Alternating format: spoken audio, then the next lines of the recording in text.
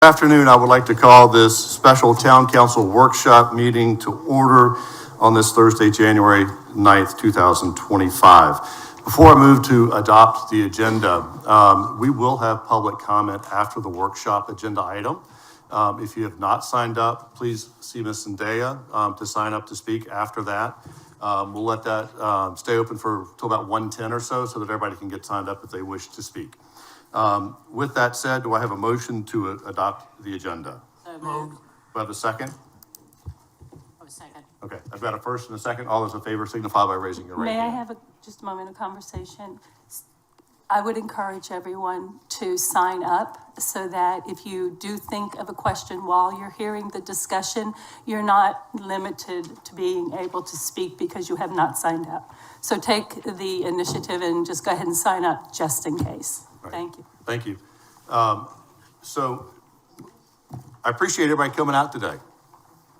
This is again, a very important issue for us to discuss and to bring to the community what we have learned. I am going to make a statement that at about 4 o'clock, I'm going to call for an adjournment if we are in a position to do so. I want this meeting to move forward. We've got work to do, and we have got to address the questions that are on the table, come up with new questions, figure out where we are and how we move forward. So with that being said, I'd like to welcome some dignified guests. First of all, we have County Council Chair Alice Howard, Vice Chair Tabernet, Councilwoman Paula Brown, Michael Moore, Jared Fralix, Tom Reitz, Senator Tom Davis, Larry McKellen. And if I missed anybody, I am sorry. And a former Councilman David Ames is in the back room thinking he's not up on the dais right now. So with that being said, Mr. Orlando. Yes, good afternoon, Mayor and Council, members of the public. Thanks for taking the time to join us today as we continue to work towards this community-driven solution. We call it the William Hilton Parkway Gateway Corridor Project. I want to start by expressing my gratitude to everyone that's been involved in this process, from the town council to the community members, especially everybody who's shared their input. A special thank you to Sean as well. It's been a couple months, but Sean's been our point of contact and has been the point of contact for some time, and definitely our project lead. Sean's exuded some diligence and expertise and is very instrumental in keeping this project moving forward. I think it's important, and if I could help really here as town manager to help town council and set the table, so to speak, I think it's important that we establish, or at least I propose that we establish some clear goals for today. In that regard, I think that Sean providing a real-time update to town council and the public on the status of this project, especially those actions by DOT, Beaufort County, State Infrastructure Bank, all those actions that have occurred in the correspondence we've received since the town council advanced a memorandum of agreement some months ago. I think that we need to address available project funding, and then also explore some options in that regard to move forward. And then, while perhaps not a deep dive, I think that you should at least begin some discussions on your position regarding the project scope, right? And the project scope, by that I mean the memorandum of agreement that you forwarded to Beaufort County and Beaufort County responded to recently. So with this in mind, I suggest the following structure. Status update from Sean, self-explanatory, talk about funding gaps or the funding source and any gap implications. And then at an appropriate point today or soon, if not today, soon, talk about the project's design considerations. And it includes exploring a project. And what we've talked about a lot in the past was performance, a sense of place, and cost, and how to balance all of those three factors, not just one or two of the three. And then, of course, collaboration with DOT and Beaufort County are important. Mayor Perry mentioned there's public comment, so I'll get on with this. We have, just as a reminder and a refresher really, we've reviewed previous citizen feedback with the South Carolina Department of Transportation, with Beaufort County, the project sponsor, and with your direction today and in the future, we're going to keep exploring and advancing those comments through and to DOT and Beaufort County. So I think some, to reiterate, I think some key decision points today, or at least some direction, is funding scenarios, scope of work, design implications. I think that some future meetings with Beaufort County and DOT formally are needed. And before we leave today, I'm going to ask again for your clear direction on that for me. And then Sean will get into it a little bit too. We are waiting on a cost breakdown, an opinion of probable cost on various component pieces of this project, right? So we know what we think the budget is, but I know that DOT is working on breaking down the cost of bridge, the cost of intersection, the cost of road lane, and we anticipate receiving that information mid-January. So if you have questions on that today from Sean or I, we won't be able to answer that yet. So with that, I'll turn it over to our trusted leader right here, Sean. Thank you, Mark, Mayor, Town Council. Kim, if you can just pull up the staff report, and I'll walk through that. The main focus of what I want to cover today is just the series of events, starting with the Town Council action on June 28th, where they adopted a memorandum of agreement to send to both Beaufort County and South Carolina Department of Transportation that outlined the expectations for the project. That vote was on June 28, 2024, and it was forwarded on to Beaufort County and the state DOT immediately thereafter. Jumping forward a few months, the Beaufort County looked at it through some evaluation and provided a response to the town on November 27th. The response was taking the town's agreement and splitting it into two agreements. The town agreement had three main categories. One was project design, one was Stony Historic Community Improvement, and one was economic sustainability. The county's MOAs had the project design in one element, as they defined it, the William Hilton Parkway Gateway Corridor Project. And the second MOA was defined as the Stony Historic Community Improvement MOA. And that covered the Stony improvements and the economic sustainability provisions of the town's MOA. There were 28 total provisions in that MOA that the town delivered. And I can, at a later point in this meeting, if needed, go through at a high level the difference between what the town sent and the provisions that were included in what the county sent back.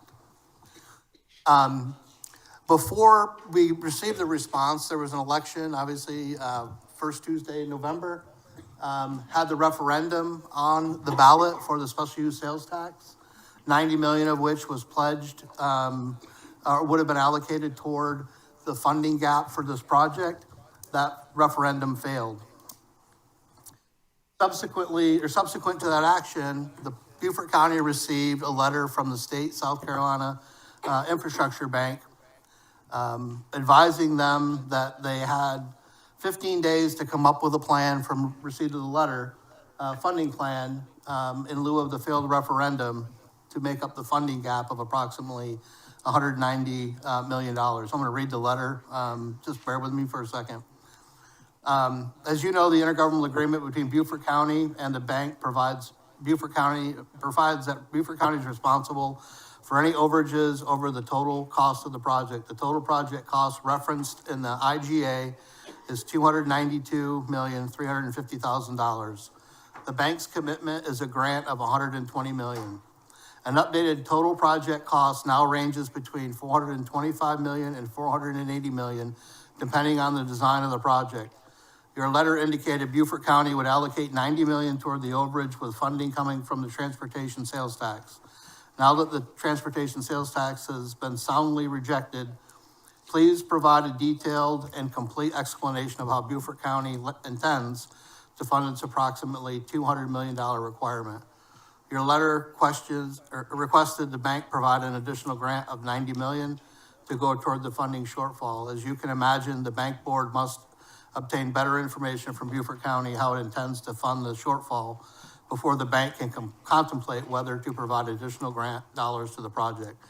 The letter dated November 7th said, please respond within 15 days to so the bank board can make a decision on best how to proceed. That letter was from Chairman John White, Chairman of the South Carolina Infrastructure Bank. Shortly thereafter, the county was in receipt of another letter, this time from Secretary of Transportation Justin Powell. That letter was dated November 18th, 2024. And again, bear with me, I'll read it so everyone has access to this information. Dear Mr. Moore, I appreciate the ongoing partnership between Beaufort County and the South Carolina Department of Transportation on the development of the US 278 project between Bluffton and Hilton Island. SCDOT has had the US 278 eastbound bridge over Macking Creek on its priority list for several years. This structure was built in 1956 and is reaching the end of its design life. Recent bridge inspections have rated the bridge as a 4 out of 10 or poor. Due to the advanced age and current condition of the structure, SCDOT inspects the bridge annually rather than biannually like most other bridges in the state's inventory. The present US 278 project initiated out of a desire from Beaufort County to replace all of the bridges and improve traffic operations between Bluffton and Hilton Head Island. In lieu of a separate project for the Mackie Creek Bridge only, SCDOT entered into an intergovernmental agreement with Beaufort County to serve as project manager of the US 278 Bridge and Improvement Project. Through this partnership, the project has progressed through many steps up to this point, including obtaining municipal consent from the town of Hilton Island. SCDOT anticipates a federal decision, finding of no significant impact, from the Federal Highway Administration in the first half of 2025, and is prepared to move into right-of-way acquisition in late 2025. This would put the project on track to go to construction in 2027. As was communicated by former Secretary Hall earlier this year, the project's current estimated budget is $488 million, which is approximately $190 million short of the amount presently committed to the project from Beaufort County, the South Carolina Transportation Infrastructure Bank, and SCDOT. I am aware that there is a pending request to the Transportation Infrastructure Bank to cover $90 million of the shortfall that will be discussed at their November 20th meeting. I am also aware that the referendum to fund Beaufort County's portion of the shortfall did not pass on November 5th. The condition of the US 278 eastbound bridge concerns me, especially in the harsh environment affected by salt water and tides. The bridge is at risk in the future of being load posted, which could limit the ability of emergency vehicles, commercial trucks, and school buses to go access the island.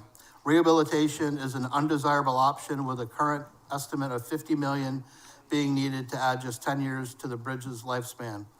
While a comprehensive solution of replacing all structures and improving traffic operations is the most ideal path forward, we are approaching a point where time is of the essence on the US 270 eastbound bridge over Macking Creek. In the professional opinion of SCDOT's engineering team, a decision must be made by March 31st, 2025, if the US 278 project is to continue with the funding identified for construction. If not, SCDOT will be prepared to move forward with terminating existing agreements between SCDOT and Beaufort County so that there is sufficient time to design and permit a new bridge solely to replace the existing US 278 eastbound bridge over Macking Creek. And that was sent and delivered by under the signature of Secretary Justin Powell. Mayor, while there's a break, can I ask, when would you prefer We us will, to, council will ask questions after the speakers are done. after the speakers are done? Yes, so Sean will go. I'm going to invite Senator Davis to come up and speak, and Chairwoman Alice Howard to speak as well, and then we'll have conversation. Oh, The next event was a meeting of the South Carolina State Infrastructure Bank on November 20th, where they considered a request for Beaufort County for the additional $90 million that was contemplated as part of the sales tax referendum funding structure. Based on the failed referendum, the South Carolina Infrastructure Bank did not approve additional funding, but did grant an extension until March 31st. As I mentioned in their letter, it was a 15-day shot clock from November 7th to November 22nd. They extended their granted extension till March 31st, consistent with the deadline that was provided by Secretary Justin Powell. After that, and on December 6th, there was a meeting that was held at Beaufort County's request to consider the letters both from the SCDOT and the South Carolina State Infrastructure Bank. A list of representatives is up on the screen, but the outcome or the intent was to discuss the current funding available for the project, the implications of the failed sales tax referendum, and I really identify what the funding gap is and see what potential options were available to move the project forward. And then finally, on December 19th, I attended a meeting along with some representatives from Beaufort County and Senator Davis in Columbia with the Secretary of Transportation, Justin Powell, and his team, where we talked about the same information that we'll talk about here today. Project funding status, potential funding sources, options to address deficiencies, and to ask for their assistance to provide breakdown of all the project elements so we can understand how the $488 million is combined together through more of an itemized list. That completes what's officially happened from June 28th when Town Council took action through and up to the meeting today that I provided to Town Council.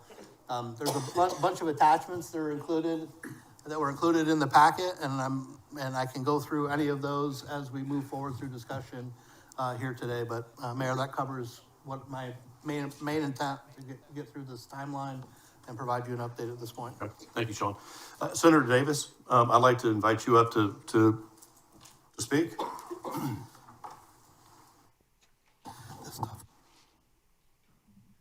Thank you, Mr. Mayor. And thank you, Sean, for that summary. I just wanted to comment to you all. He's just been extraordinarily helpful and efficient through this whole process, and I appreciate everything that he's done along with Jared Fralix. Supplement a little bit of the information that he provided. I met yesterday with Secretary Powell, and he provided me with updated estimates in regard to the various components of the project that you, Mayor, and then Chairman Passman had requested that you both wanted to have cost estimates for various segments of the project identified so that in public session through full discussion, there could be an informed decision made in regard to if you were going to be constrained by dollars on hand. I mean, if you were going to go that approach, you would be able to pick the components that would give the best outcome given the dollars that we had. I also have met over the past few days with Weston Newton, Jeff Bradley, and Bill Herb-Kurzman. They can't be here today. They're at a meeting in Charleston. Otherwise, they would be here. And given our discussions that we've had with Secretary Powell and also with Chairman White, and also having observed the meetings that you've conducted over the past years, I have attempted to put into writing a 3-page summary of what I think is a feasible path forward, given the time constraints we're operating under and given the available funds. And I apologize for getting it out late. It just got finalized this morning. But the premise behind what I've proposed here is that it is unlikely to get an additional $190 million from the SIB. Or a portion of that $190 million from the SIB. I'd just be very frank in that regard in talking to Chairman White. Not only are other projects over budget like Charleston, and they recently turned Charleston down and then took away Charleston's $420 million SIB grant, so that's the mood they're in. There's also other projects queued up for this next round of funding. And so I just want to be very straightforward in regard to the task of getting more money from the SIB. I just want to say that up front. So what the four of us, Herb Kurzman, Newton, Bradley, and myself, have proposed in this letter is predicated upon a finite amount of money, $300 million roughly, and a path forward giving that money, in our opinion. Now, ultimately, it's up to the town and the county to decide, but these are our thoughts in that regard. In addition to updated estimates on construction costs for various segments, we also secured from Secretary Powell yesterday a commitment for DOT to allocate another $16.1 million to the project. And so what this letter that I provided to you does is looks at existing sources of state and non-state funds, subtracts from that expenditures from those amounts that have already been made, and adds to that the $16.1 million that Secretary Powell has agreed to commit to the project to come up with a defined universe of money that you have. There is then the estimate in regard to the cost of the various segments of the project. The one that was appealing to the four of us is that it will cost approximately $250 million to build a new 3-lane eastbound span, beginning at Moss Creek, continuing on to Pinckney Island, continuing over that to Windmill Harbor, immediately parallel to the existing 2-lane span. That would cost about $250 million. Given the available state and non-state money, that leaves approximately, if you decided to go that route, it would leave approximately $40 million to do something with what I call the on-island improvements, which would be from Windmill Harbor to the Cross Island Parkway. And now that would necessitate an expansion of the scope of the existing project beyond Spanish Wells to Cross Island Parkway. But it would identify or leave $40 million in place for that. It is Secretary Powell's opinion that if those adjustments or course corrections or scaled down approach was taken, that there'd be a categorical exclusion designation given to just doing the 3-lane eastbound span from the mainland to Hilton Head, so there wouldn't be a delay in the NEPA process. It would fall under that CE exception. He also believes that a reasonable case could be made for the proposition that the on-island piece from Windmill Harbor to Cross Island Parkway could be designated and would be designated by the Federal Highway Administration as a separate project. Okay, so in other words, it wouldn't be tied to and dependent upon what you do in regard to the eastbound span.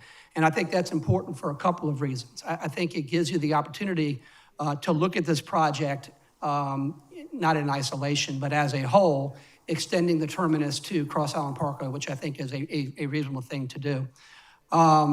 There are a number of other things that we would have to do in order to make something like this work, to be very frank, and I think all of them are doable, but I want to identify them.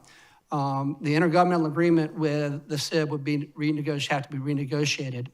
We would also have to persuade the SIB that the $80 million match requirement is still valid in regard to the $120 million, even though we're not doing the entire project. We're not doing the westbound span, and I guess I should mention that too.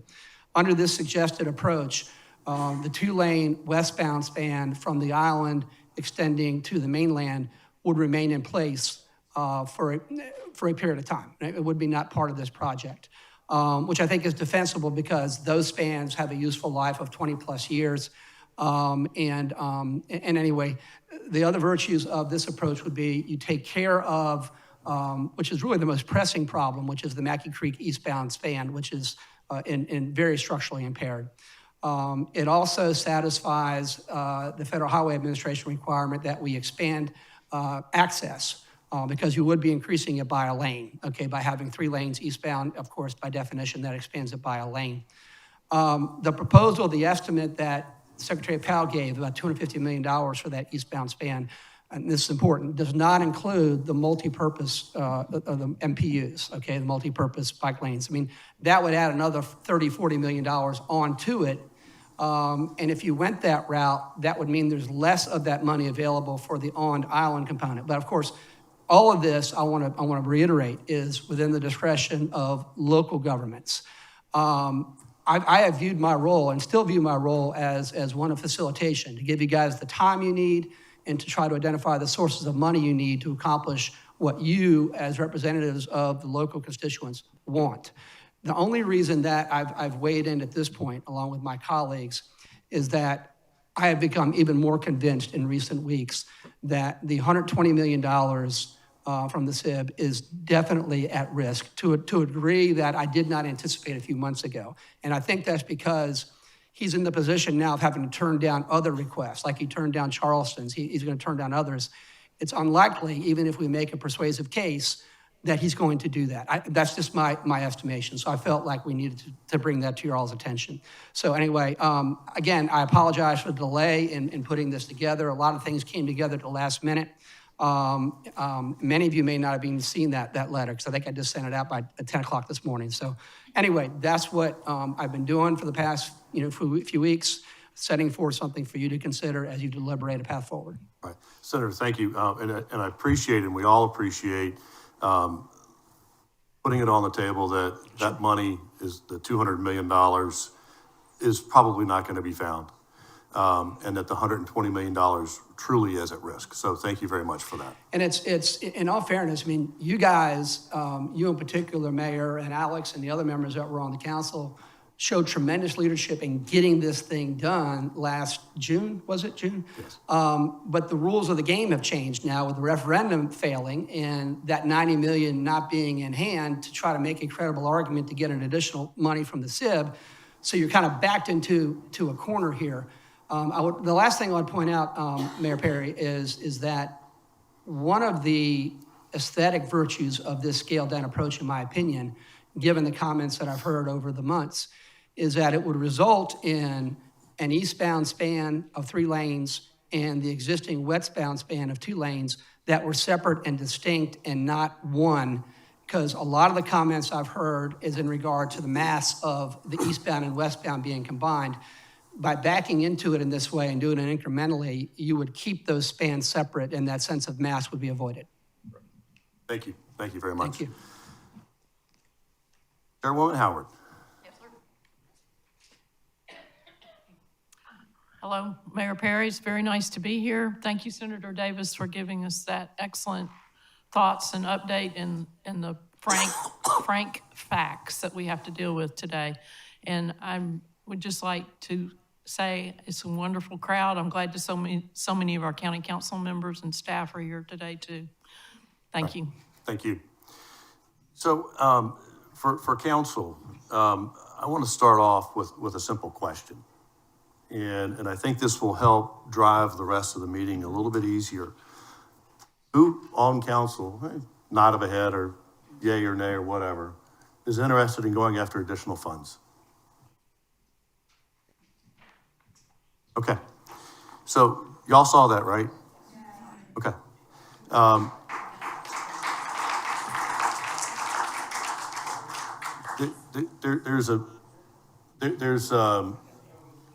Well, before we go there, who has questions or comments that they'd like to make? Mr. Collin. Ms. Becker. Sure. So going back to your memo, so specifically for Sean or anyone? Well, we'll start with Sean. Anyone. I want to talk about a couple of things, because here we are on January 9th, 2025, after 7 years or so of discussing this project and having many debates, many information sessions, and always knowing that there was never going to be enough money, but continuing to press forward on a dream that many were trying to put forth to create something that any reasonable person would have known was not going to happen. I think I've said it a few times, and I've argued that point, and I tried to make it as clear as possible. And here we sit today, January 9th, with a now March 31st deadline that when you read Senator Davis's letter, you will clearly know is a hard deadline in his mind, or he wouldn't have put it, and he wouldn't have had Jeff Bradley and Bill Kirschman sign on to it as well. There's a lot of work that has to be done between now and then. I personally believe, sitting here right now, that we're not going to be able to get through that work. much of that work is described here, and I hope that we're going to get through discussing all of that, because I think it's important that we acknowledge what's ahead of us. But to your memo, there's a bunch of things that I want to make really, really clear on that hasn't been made clear, and I think sunshine here in both the town and the county has to be spread, and we all have to know exactly what's happening. Many of the documents that are listed here, I have concerns about in terms of the timeline, because it seems to me, based on when they were written, and then when the county received them, and then when the town received them, there are time gaps. There's lengths of time, unnecessarily long lengths of time. And then furthermore, there's an unnecessary length of time between the town received them at any level and when the town council was apprised of them. There are meetings that fall into that same category. And I want to clear the air about something with regard to a December 6th meeting. I personally had heard rumors starting as early as December 4th, but certainly before that, because the rumors were generating before it was brought to me as to what do I know about a meeting that was going to be held on December 6th. And I knew nothing. And so I picked up the phone and I called our town manager, who is the most trustworthy person I know of right now, who answered me clearly and decisively with exactly what he knew. And I appreciate that, Mark. Thank you. And what he told me that indeed, and these phone calls started on December 5th at 3:36 when I called and left a message, and you promptly called me back at 3:45. Thank you. And you let me know that indeed there was a meeting that had been called, an invitation that had been sent from the county to the town for a meeting on December 6th, and who was going to be included in that meeting. And then promptly after that, at about 4:45, there was a memo that was sent out to all town council informing us. So sometimes you have to listen to some of the rumors you hear so you can get the information that you're not getting. So for anybody who thinks that the last minute notice at 5:45 was sufficient notice to this town council, I'd like to clear that up right now. It is not sufficient notice. Please. I believe So- that it is important. I believe that it is important that we all in this room and all of those who are watching are informed on this issue with regard to the bridge and the corridor, that we know with full sunshine exactly what is happening from the state down to our local government here in Hilton Head. And each one of us, the 7 of us sitting around this table who have been elected by the residents of Hilton Head, need to know that we are getting all the information, and that after meetings, when there are public joint comments that are made that don't represent the 7 of us who each have a single equally weighted vote,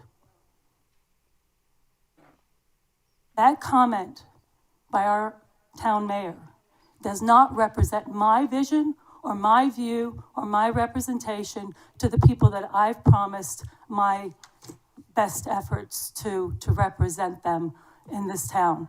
And I am not pleased that this is happening. So if I might address this. No, I'm Yeah, not finished no, talking. I get I'm 10 sorry, minutes. Ms. No, Becker, I'm sorry, you I'm don't get going to all to this. address this By our own because- ordinances, a town council member has a minimum of 10 minutes to Keep on, speak. keep And on. so I'm going to. Thank you so much. What I want to make clear to everybody is that when something happens into this town, to the very best of my ability, I will let you know the facts. I will let you know what's going on, and I will let you determine how it is you want to respond to me so that I can represent you properly and to your wishes and to the best of my ability.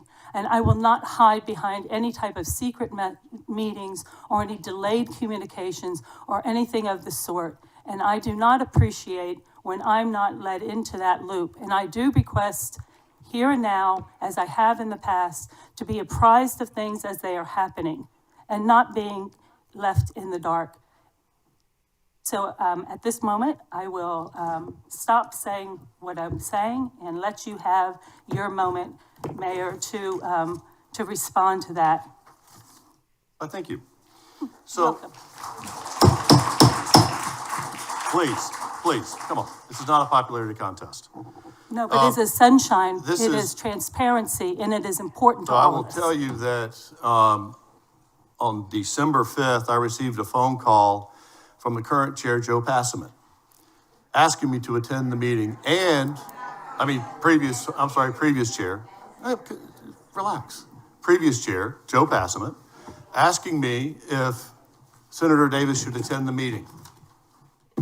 I was currently in a meeting at that point in time. I called him back later and said, absolutely, Senator Davis needs to be there. We need to have as many people there as we can at a short notice, right? So here's what happened. We had a meeting. We talked about the questions that we don't have answers to. And if I cannot go have a meeting as your mayor of Hilton Head Island, and the town manager cannot go have a meeting as the town manager of Hilton Head Island, what good are we? We need to go find out information so that we can come back and speak intelligently to the community. We didn't have the facts. We did not know where the county stood. We did not know where the state stood. We still have questions. There was nothing secret. There was nothing trying to drive anything through or ram anything down anybody's throat. This was about finding information so that we could come back and talk to you as we are doing today. I was invited to the meeting. I'm sorry, I'm not, so understand. I'll ask the question, and here's the Understand. question. Alan, I appreciate what you've said. You know what? No, I did not select anybody to go to this meeting. I did not select anybody. I was asked a question about Senator Davis, and I said yes. When So, was the first date of I'm notice gonna- for that meeting? you know what? I just want to know when the first date of notice we for are that gonna- meeting. we are gonna Because continue to what move is on appropriate and is keep that going all town forward council with this members should meeting. know what is So- happening and what meetings are taking place and apprised of information. I'll go on with my And that email continued was question. sent out at 4:14 on that Friday, December 5th. After And then there my was a prompting the phone And there was call. a follow-up sent. After So, my prompting the phone call, I do have other Let's move on. questions to ask, and I'd like to know when that meeting was noticed by the county to the town. I'd also ask why it took weeks after, I think it was November 27th, when the town received the response from the county on the MOA that had been sent to them back in June 28th by the town, why it took us so long to get that information as well. I just want to make clear here and now that I expect, as a equal member with one vote, the same as every other member of this town council, to have the information that I need so I can have the discussions, not when you decide to have a town hall, but when I decide to talk or my constituents decide to talk to me, so that I can be upfront, transparent, and honest with them. And that's what I want, because it builds trust and sincerity, and I expect everybody to understand that that's the most important job we have here. And so those dates are important to me, and I'm asking for them formally now when that was noticed from the county. Moving on, I do have other questions with regard to the funding for the project. No, I do not want us to go out, and thank you, Senator Davis, for all of your efforts in the past. As I told you on June 28th, I thought it was a heavy burden for you to have to carry, to look for that money. And I did not think that money was going to be able to be gotten. And here we are today with only a month and a half to wrap this up, to find a new direction that we could have been working now for months, if not years on, and had the bridge finished at this point.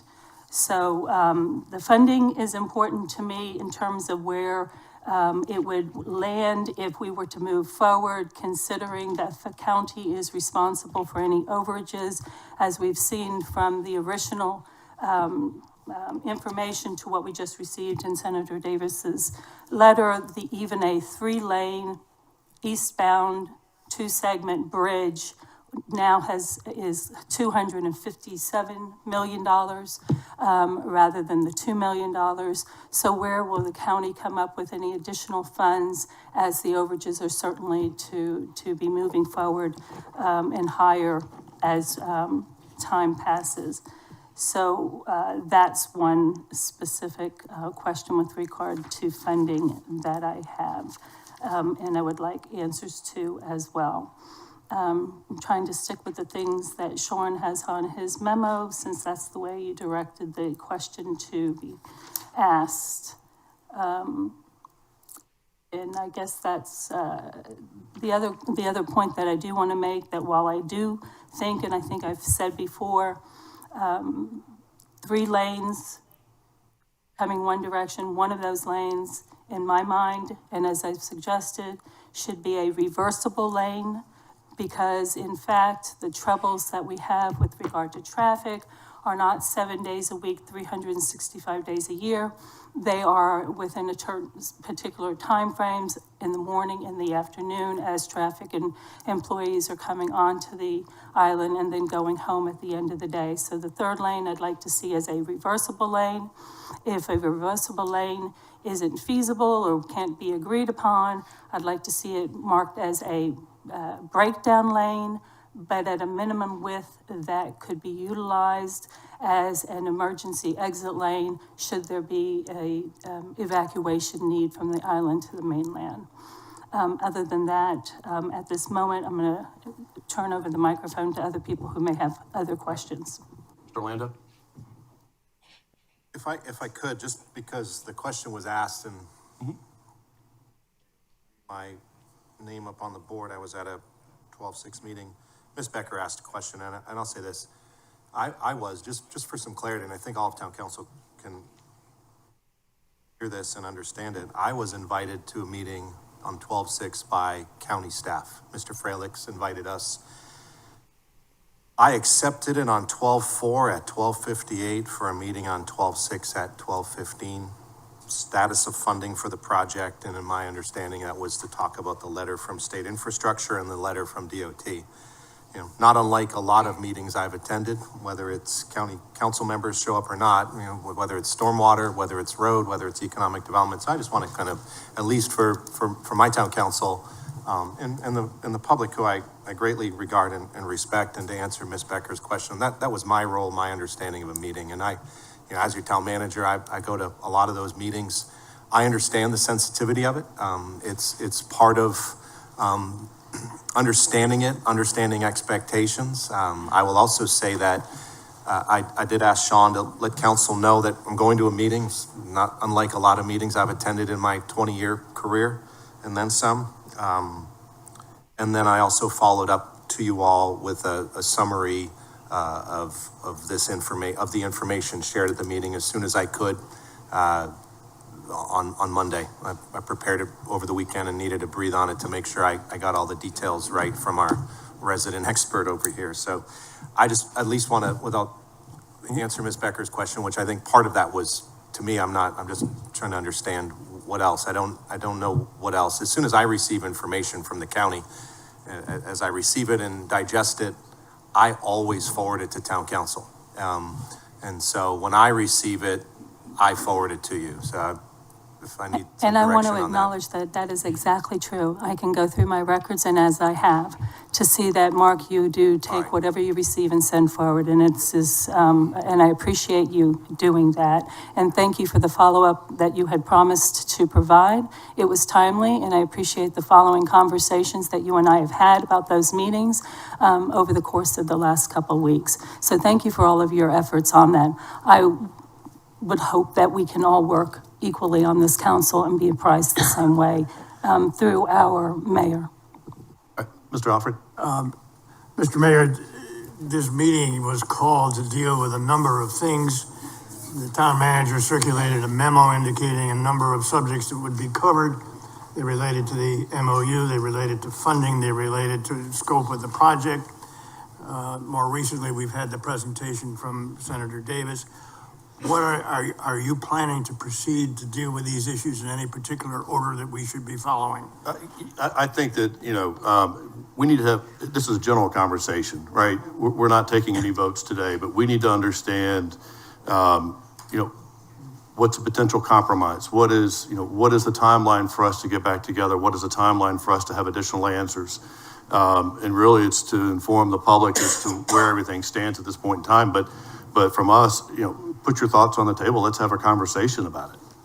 Do you want to deal with those thoughts in segments and subject matters? Or how do you want to deal with it? Funding, we've already had a quick conversation about. Yes. So I would say that the scope is what we need to talk about. Ms. Tunner? Yes, so my questions are really regarding Senator Davis's proposal, which is very intriguing. And I, as well as Tammy, have questions regarding the funding. If you look at the cost for the bridge, it indicated that Beaufort County would need to come up with $53.3 million to cover the $257.7 million cost of the bridge. And then there was a recommendation that $40.8 million be carried over to focus on a master plan that would focus on the town of Hilton Head related components, as you indicated, an increase in scope to the Cross Island Parkway. So my question is, where would we get the funding for that money, which totals to $94 million? In addition, I had a question regarding the underwater pipeline for our drinking water. So as part of the project scope, as they build the eastbound lanes, that underwater pipeline needs to be moved. And there is a reimbursement model that the state has where 4.5% of the cost of the project is allocated to reimburse the PSDs to move that pipeline. That pipeline is critically important as it provides 20 to 25% of our drinking water, and it affects 2/3 of the island. The issue is with the reduced scope, there won't be as much money allocated for reimbursement at the 4.5% level, and there will be a gap in funding for that move. I don't know how much that gap is, but that's something that's going to need to be quantified as well as considered in the funding. So I'm not sure if that's included in the $257.7 million or if that's additional money that we're going to need to find a solution to fill that gap. Thank you. Sean, do you have any response on that? Yeah, I can provide an answer to the questions. And I don't want to misspeak for Senator Davis and what he's put together in his letter, but the current funding, if you take out the town, the donation of the town land and the money spent to date and add in the 16.1 million that DOT is now committed to add into the mix, there's currently 298 million.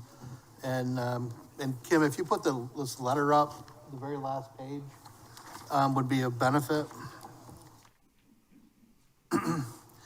So there's $298.5 million that is currently available. The $257 million cost that was provided to Senator Davis by Secretary Powell for the bridge replacement would consume all but just over $40 million. So the bridge cost is all included in that number.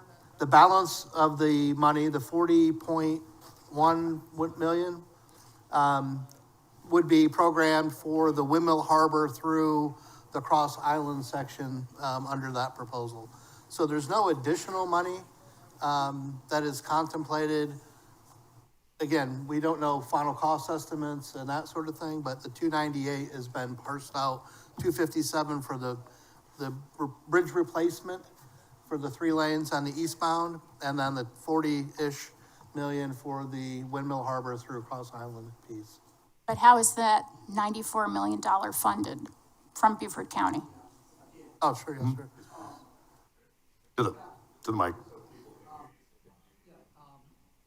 Councilwoman, everything, every number, every dollar, every allocation that is in that letter I submitted is using existing in-hand funds. It doesn't require any increased taxes. It doesn't require getting additional funds from DOT. It doesn't require getting additional grant from the SIB. It doesn't require getting a grant from the Federal Highway Administration. It deals with dollars that we know we have in hand. So to the extent that there's a question of additional costs or where we're going to get additional monies, this proposal looks at a universe of money that's in hand. And I think, Sean, I mean, and when the DOT bids out an estimate for something, my understanding is they take into account all ancillary costs that are associated with it. And I would assume that it would be embedded in that would be whatever needs to be done for the water lines to the PSD, whatever. I mean, I assume that's all together because they don't just bid the concrete, they bid all the ancillary things that are associated with building it. So I do think it's all inclusive of that. It's a good question, though. Senator Leeds, thank you again, Mr. Senator, for your efforts. Just to take Councilwoman Turner's question, question a bit further. You now have estimates from SCDOT based on the different components of the project. And I think we have sort of a clear understanding here today as to what the bridge is going to cost. But once we get on the mainland, I understand that there's a proposal to do some master planning, but of the numbers that you have, how's that 40 million look against what SCDOT has shared with you as far as estimated costs for what would happen mainland to Spanish Wells? Yeah, I don't know, and it's a good question as well, Councilman Brown. In regard, I can break down the dollars available for Windmill Harbor across Island Parkway. I don't know precisely and exactly what that master plan would contemplate. I mean, there are various things and various ideas. I know the town also had a memorandum of agreement that Ms. Bryson helped put together. I don't know if that's going to be a part of it. I mean, so a lot of variables there that would need to be pinned down before you can monetize or estimate the cost of that. So I don't know whether or not it would be more or less than the $40 million. But one of the virtues of this, and I guess I should point out, is in terms of the time we have left, 2.5 months to come up with something, I think it's helpful to narrow the focus to something like that and have a conversation about that piece of it. Because to be honest with you, I've been involved in this process for a long time, and I'm not truly clear exactly what's contemplated in that segment. I do say in the letter that it's important for, in my opinion, and the opinion of my colleagues, to come up with that master plan by March 31st for this reason. There may well be something in that master plan that impacts the entry of the eastbound coming into Windmill Harbor, or it may impact how you're going to be exiting the island westbound. So it would be a good idea to have those things nailed down so that when the DOT goes to do its engineering drawings and then subsequently sends it out to bid, they've got something that is consistent with what the town contemplates for the master plan. That's the reason why I say I think it's important to get it done contemporaneous with the other piece. Councilman is still there. You also mentioned that if we were to go with y'all's proposal, that the intergovernmental agreement will have to be revised. And the current agreement is with the state, county, and town. Am I correct in that? The intergovernmental agreement that I'm referring to is the one that is associated with the $120 million SIP grant. And it defines the project as being from Moss Creek Drive to Spanish Wells Drive and involves new eastbound and westbound spans. The intergovernmental agreement would have to be modified or amended because if this approach were followed, you're narrowing the scope, you're scaling it back. Frankly, the biggest hurdle, and one that I think can be overcome, is convincing the SIB that the county $80 million, or however much it is now, 92, is still a satisfactory matching grant, even though the scope of the project has been scaled down. In other words, if they wanted to be technical about it, they could say, well, we gave you the $120 million based on the whole project being done, but now that you're only doing roughly half of it, we're going to scale down the grant. I think we can avoid that, quite frankly. I think that the SIB's main concern, talking to John White, is they don't want to have to allocate any more money. That's their pressure point right now, because they've got other projects that are queued up. And so I can't guarantee anything, but I feel good about our chances of keeping the $120 million, even in regard to this scaled back scope. Okay. I've got a couple other questions, Mr. Mayor, but not necessarily for the good senator. While I've got the floor, I guess this question would be for Chairwoman Howard. Glad to see you here. Congratulations. And glad to see our other colleagues in attendance today, because we have always viewed this as a joint venture. So I guess my ultimate question, is the current MOU that the county approved back in 2024 was sent over to the county. We've got a copy of that has been redlined, to speak sort of loosely here. I'm wondering, was that a action of the entire county council to redline that and send that back to us? Or was that just a staff recommendation? I do not know. I'm looking at Jared and Mike Moore to see if they know.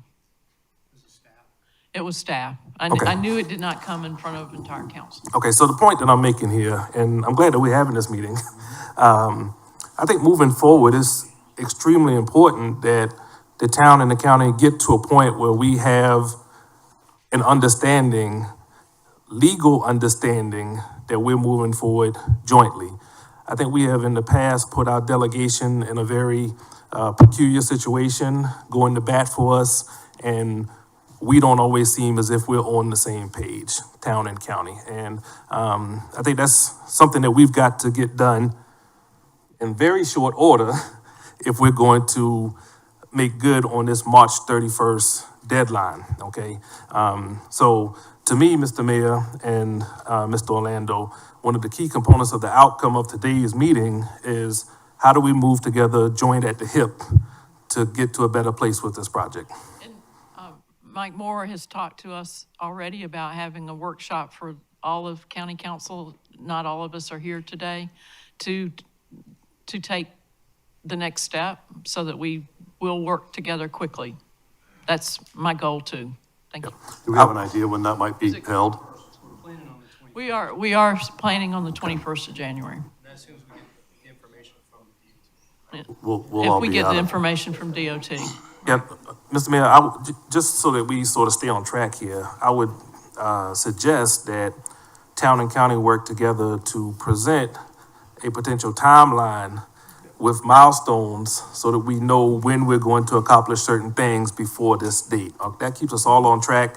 Yes. If we have to have special meetings to accomplish that, I think that's important, that we agree today that we're going to do that. You have my commitment toward that. Thank you. I have a question for Senator Davis, if you don't mind. So when you're in your meeting that you had, or your discussions you've had with Powell and White, was there any discussion about, in the $257 million, have a westbound ramp in case we decide to eliminate the light at Windmill Harbor? That's not currently contemplated in the number they gave. Although I understand that may be something that the master plan contemplates, which is why I think it's important for that master plan activity to occur along the same timeline as the scaled down bridge approach, because it may impact that bridge approach. It may impact, the cost of it. So that's, but no, to answer your question directly, it currently does not address any of the westbound span. When the numbers are being put together, is there opportunity to have an addendum to, or an option of a ramp on a westbound lane to see what it does to Yeah, I affect the think- cost? Yeah, I think the sequence would be, once a master plan is agreed to, if it involves something like that, you would then go to the DOT and say, okay, what impact does this have on the $257 million estimate? And can you incorporate it into your plans? And that's precisely why I think having a master plan done by March 31st is important, because I know that a lot of what you all decide is going to impact that span, both the eastbound and the westbound. And to Mr. Brown's point earlier about the master plan, this is a county-sponsored project. It was a county referendum that raised the money in 2018. I do put forth in this letter that in regard to the component from Windmill Harbor to Cross Island Parkway, that deference be given to the town of Hilton Head, because I think that particular piece of it, the on-island piece of it, involves island-specific quality of life issues. And so there has to be a concurrence by the two entities. I understand that. But I think for purposes of developing something, it's our recommendation that substantial deference be given to the town, because you're the ones directly impacted by the on-island portion of it. Well, I just want to make sure that that's part of it, because I'll let you in. I'll let you there in. are different, there's different construction groups that take care of these two different projects that are now separated. And a bridge construction group would be doing an on-bound ramp for the westbound lane.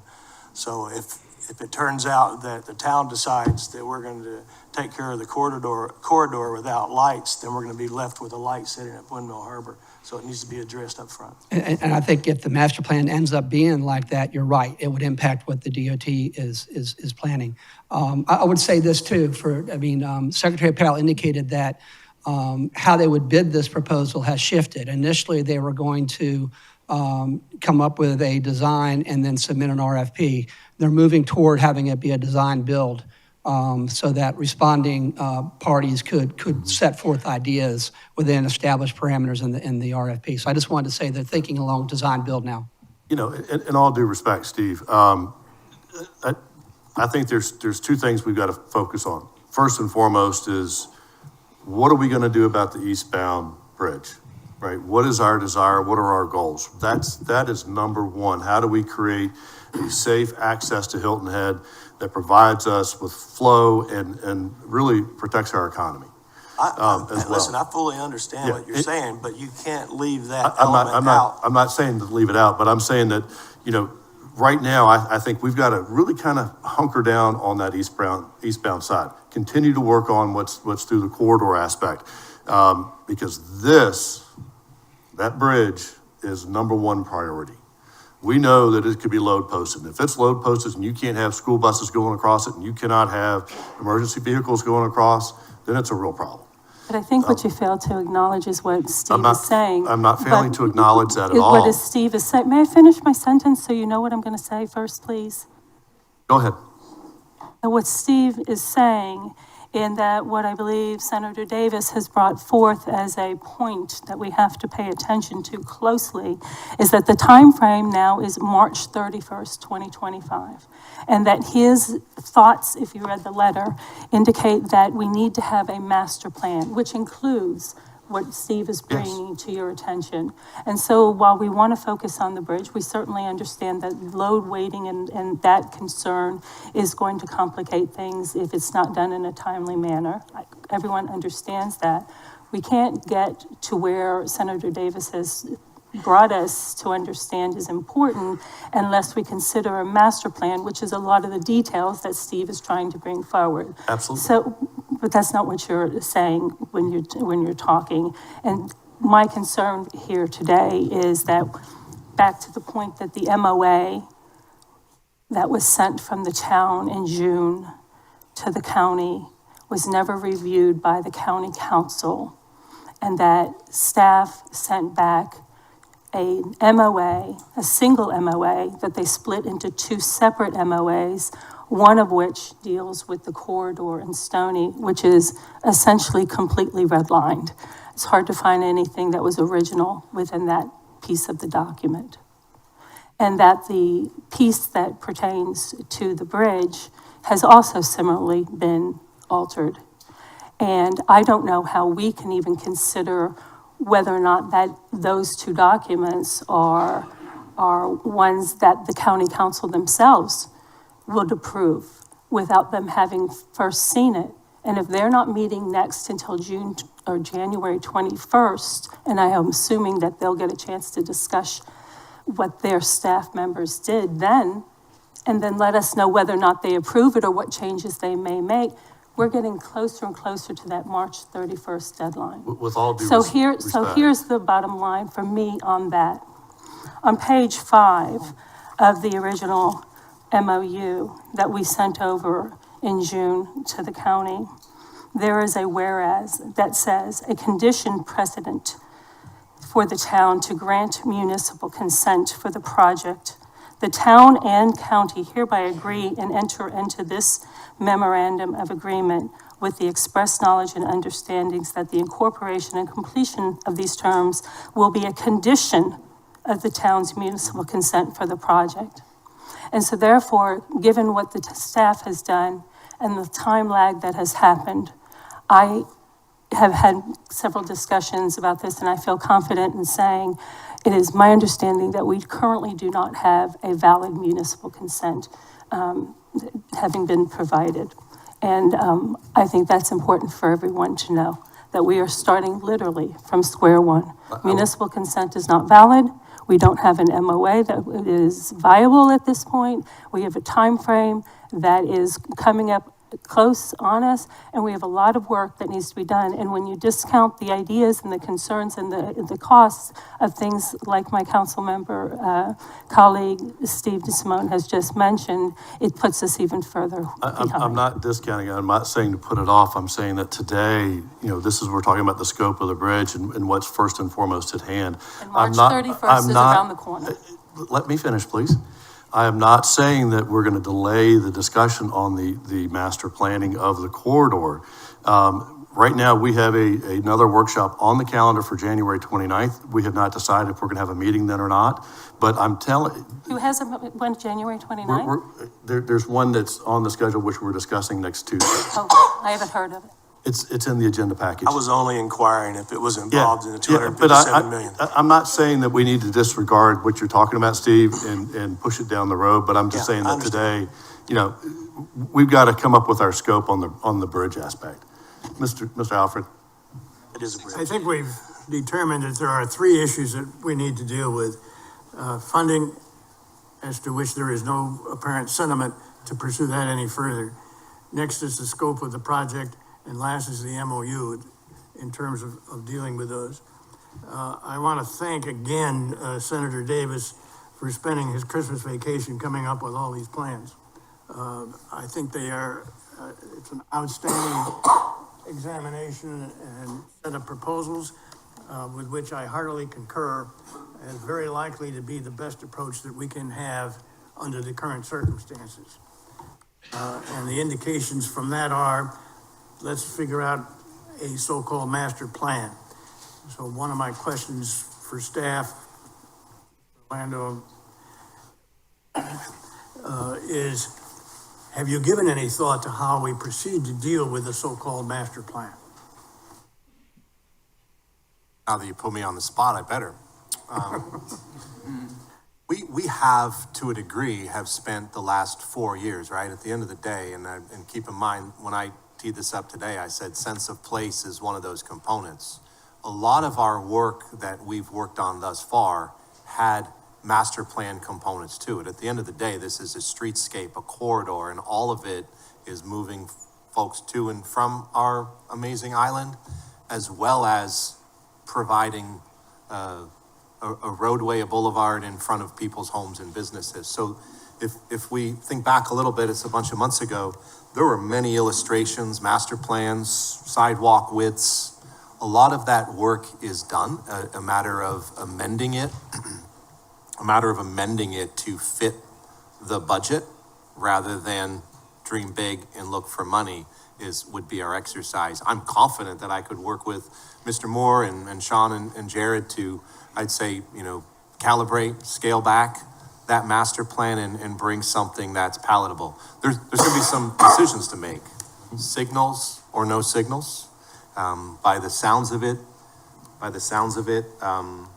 my notes, $258 million for a bridge, 40 or so million dollars through Stony. That $40 million needs to be master planned, but to Mr. DeSimone's good point, if we're going to improve flow and potentially remove the signal at Windmill Harbor, those that additional cost of ramp out of Windmill Harbor on and off the bridge would come out of the 40, not be found somewhere else.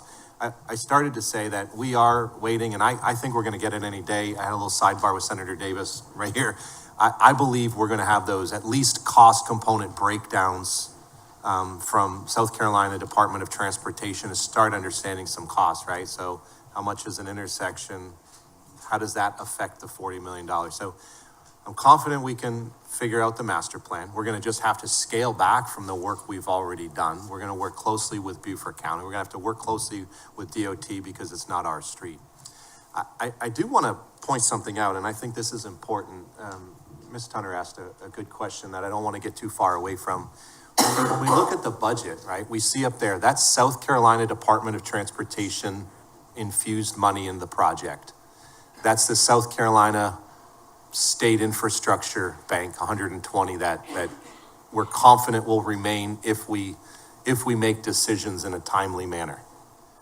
The Beaufort County 101 million comes from $80 million from the 2018 referendum, so that's fully funded. I don't know if there's interest on that or not, but we'll, again, look at that. And then based on information we received from Beaufort County, 21 million of that also is funded through Beaufort County road impact fees. And so those funds are there that equal that. And then you see the residual, some money in last. So Ms. Tunner, Mayor Council, I believe those dollars are at hand. I see Mr. Moore nodding his head, not to call him up and ask him to say that, but Mr. Moore, for clarity, is nodding his head that those dollars are there, that's where they're from. And so I think our point with y'all is if you select, or at least are moving in the direction of what Senator Davis has proposed, of a 3-lane eastbound bridge, $250 or so million, and a $40 million residual amount to improve the neighborhood and corridor and sense of place and safety and all the things we need to do through Stony neighborhood, historic neighborhood. I think we're getting there. Sean and I can mobilize and prepare for you this critical path timeline milestones as well as questions for an upcoming workshop. You know, Senator Davis has done a great job, right? He's gotten support from his other constituents, his other partners. You know, I'll ask the question: Who likes what Senator Davis has proposed? Well, I clearly like it, as I just said. You did. I mean, you know, these are the questions we need to know because we're talking about compromise, right? We gave municipal consent in June, and now we're talking about compromise. We know what the dollars are, right? We didn't know that back in June. We didn't, as Ms. Becker said. But, so go ahead, Ms. Bryson. I was wondering if I would have a chance to weigh in. I apologize, I've got a bad cold, so, anyhow, if you see me leave and come and go, I apologize. Can y'all hear me in the back with my hoarse voice? Okay, thank you.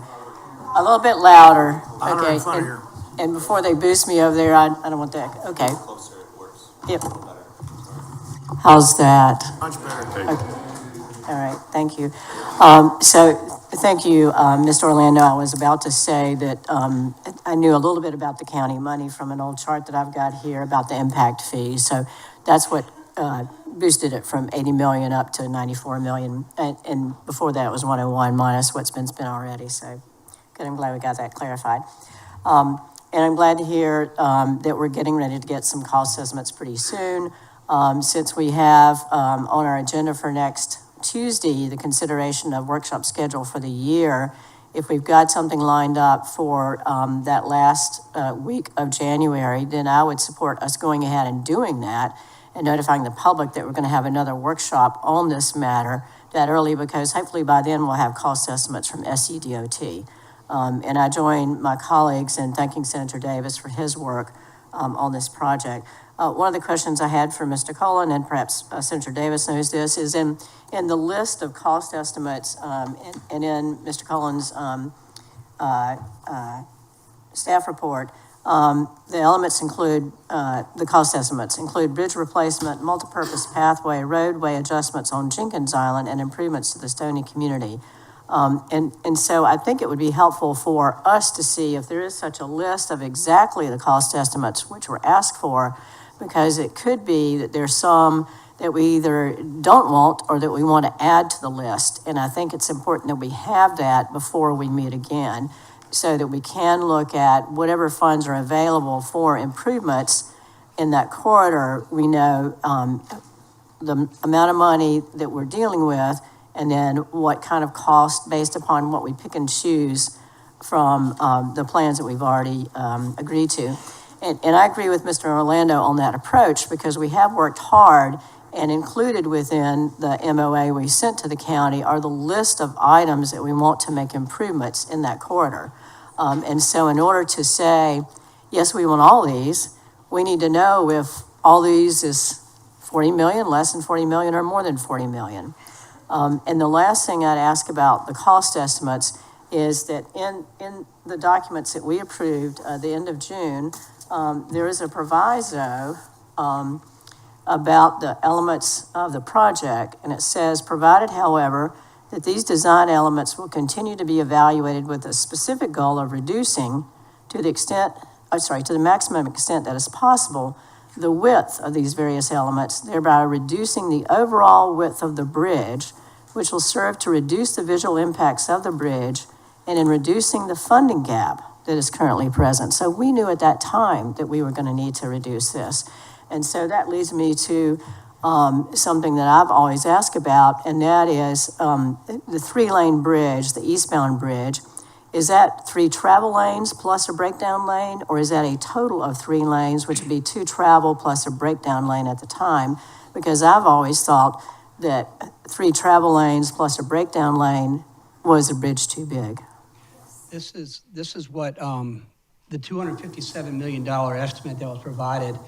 That is a 3-lane eastbound span, a bridge, no MUP with it. I'm sorry, what's that, Senator? Multi-use. Okay, gotcha. pathway. Thank you. In my understanding, it would be, the 3 lanes would be 12-foot width lanes, and that there would be shoulders, 10-foot shoulders on either side.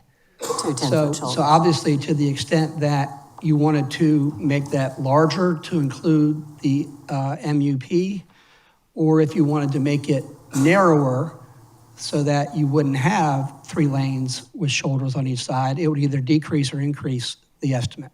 But the estimate that I provided to you today is 3 lanes, 12 feet in width, shoulders, no MUP. Okay, got it. So 3 12-foot lanes plus 2 10-foot breakdown lanes. And the further point, Ms. Bryson, if you wanted to include the MUP and all that, the estimate is $318 million.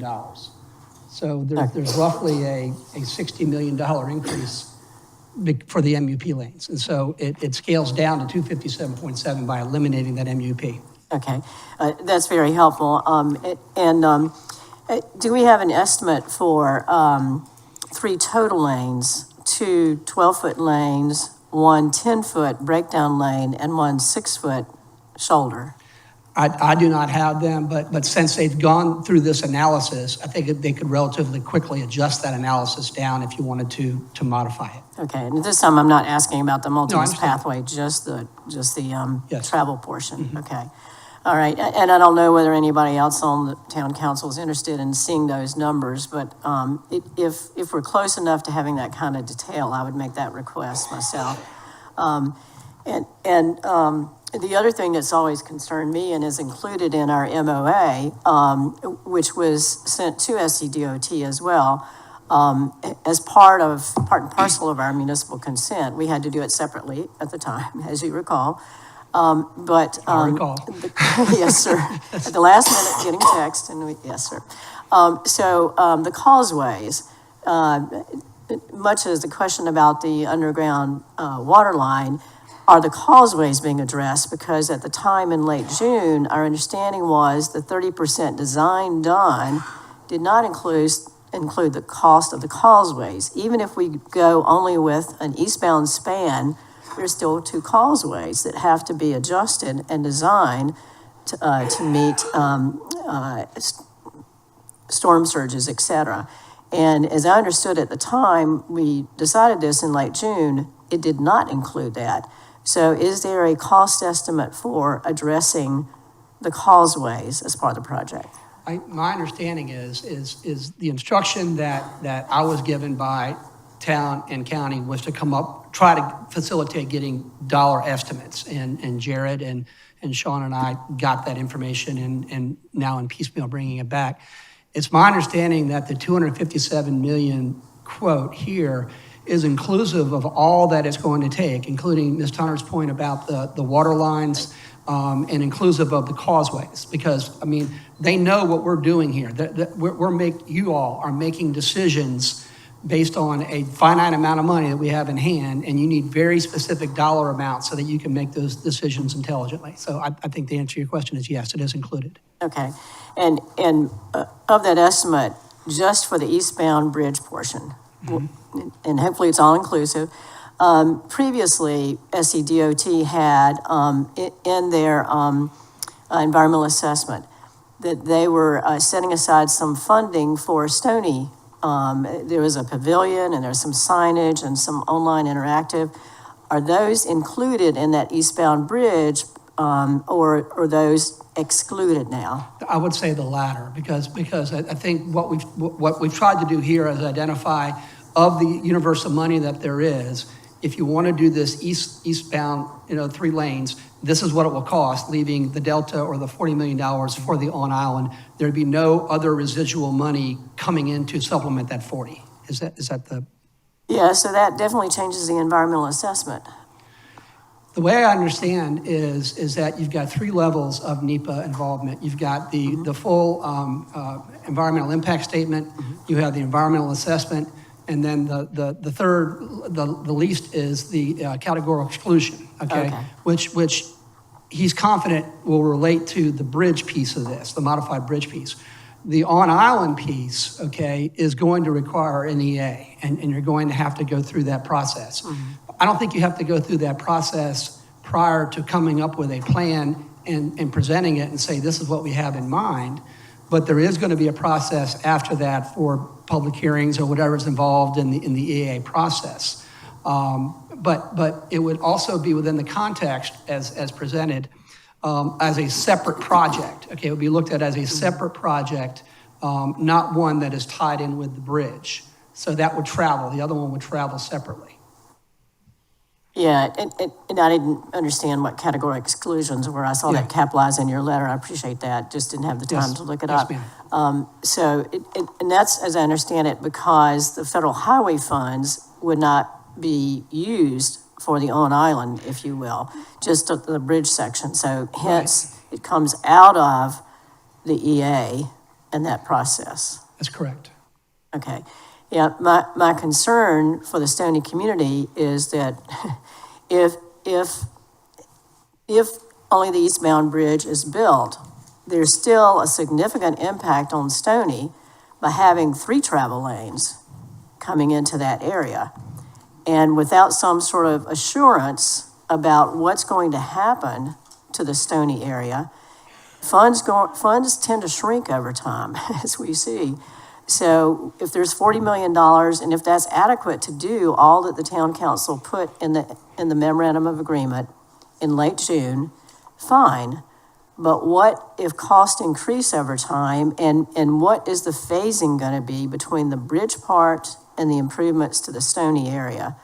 And how's it impacted, and how do we know, without the two tied together, that we're going to be able to have those improvements to Stony stay intact? I'm sorry, I don't mean to be asking you that question. No, I mean, we were quickly approaching above my pay grade in regard to the engineering components. So I don't want to venture a guess on that. Sure.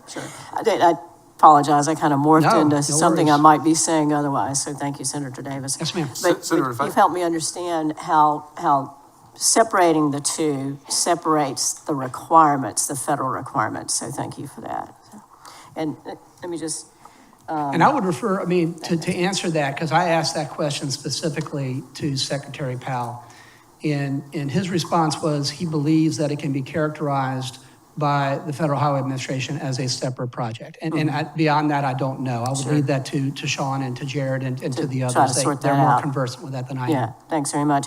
And the last question, and I don't mean to make you keep standing up here, but, and if someone else knows the answer to this, when meeting with SCDOT and looking at the situation that we have now, when municipal consent was adopted the end of June, and then separately, there was a resolution sent to SCDOT with our expectations, in quotations, I'm using that, of what's be included, the same as we sent to the county.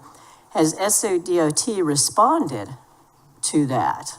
Because it took it took until the 11th month, 5 months for the county to respond.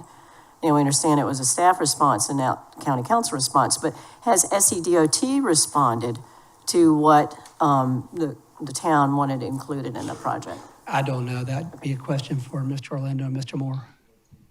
Was,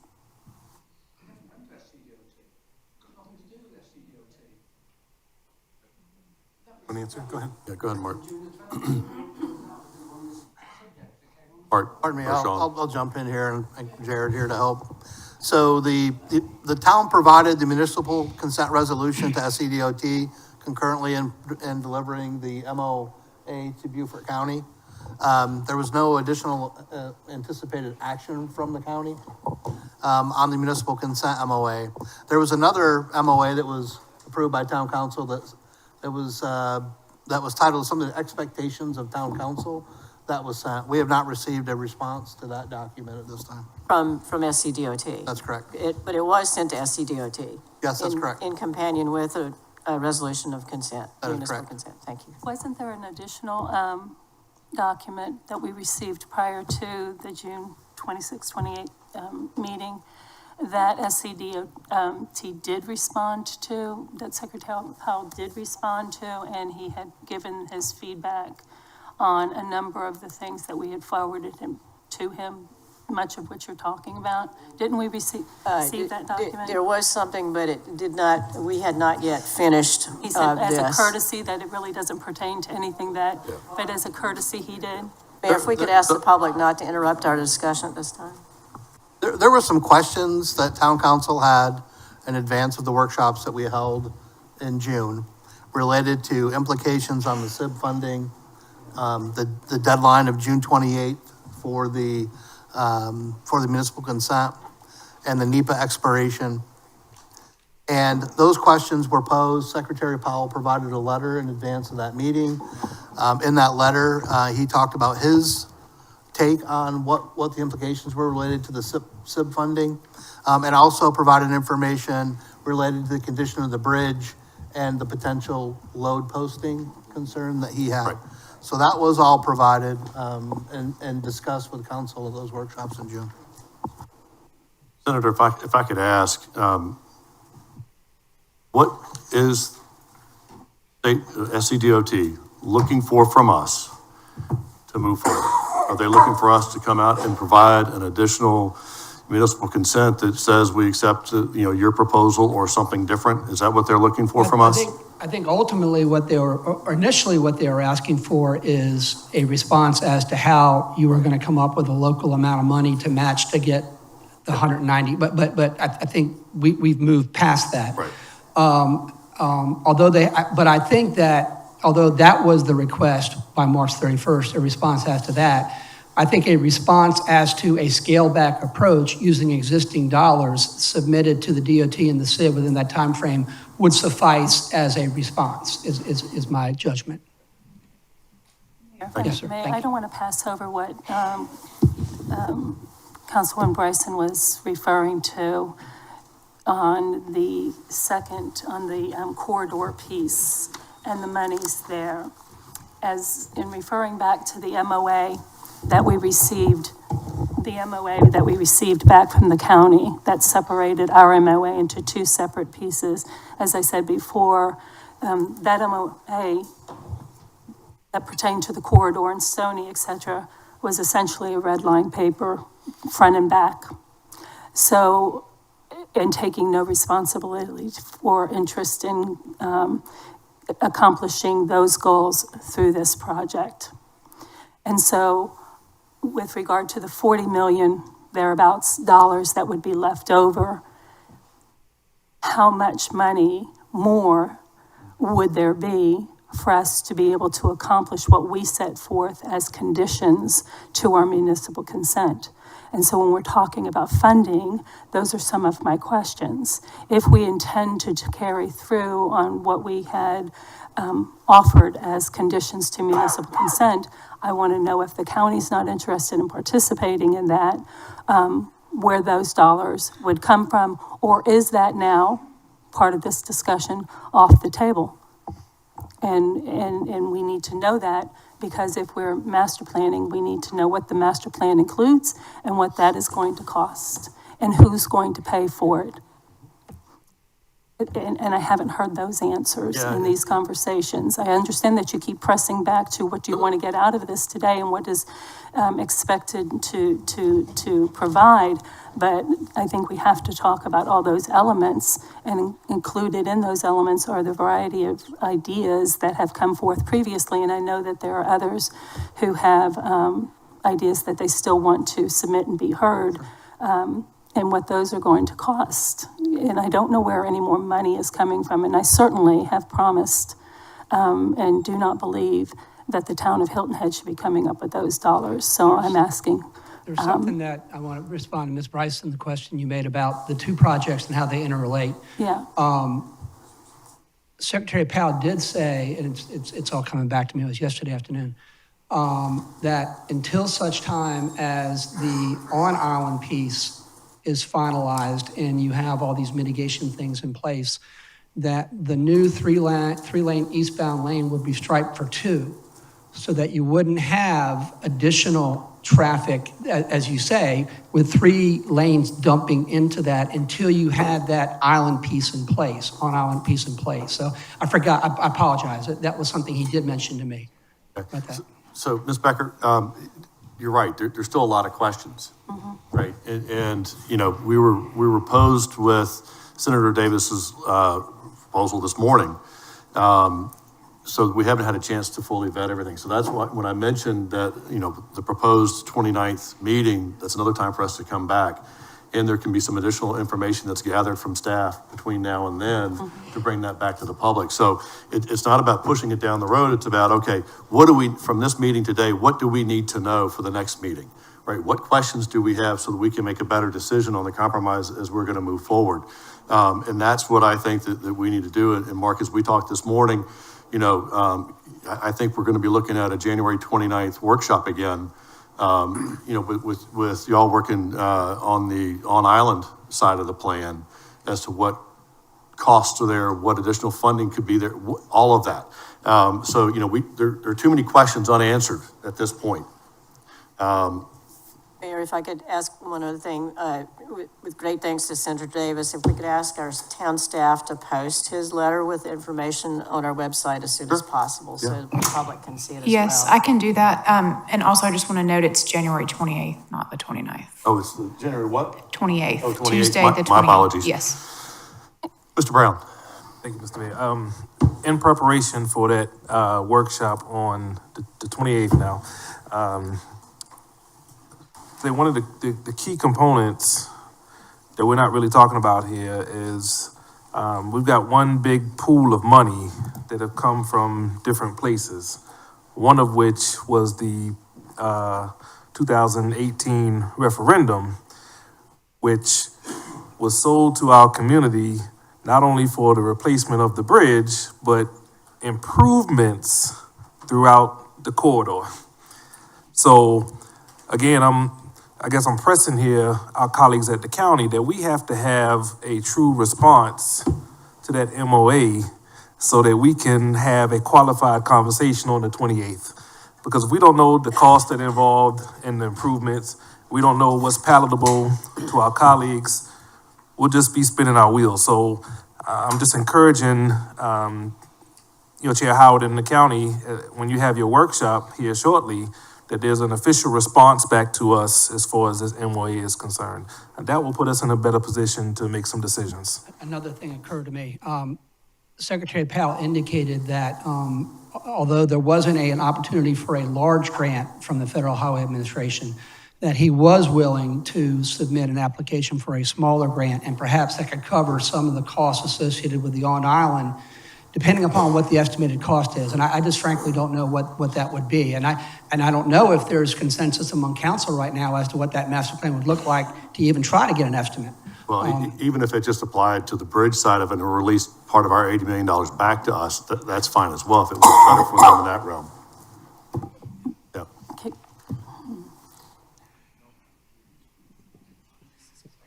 All right, so, Sean, we've gone through a lot, right? Do you have some marching orders from us, or do you need something additional? I think this meeting has been very good, very informative. I'm glad that our partners from the county are here as well.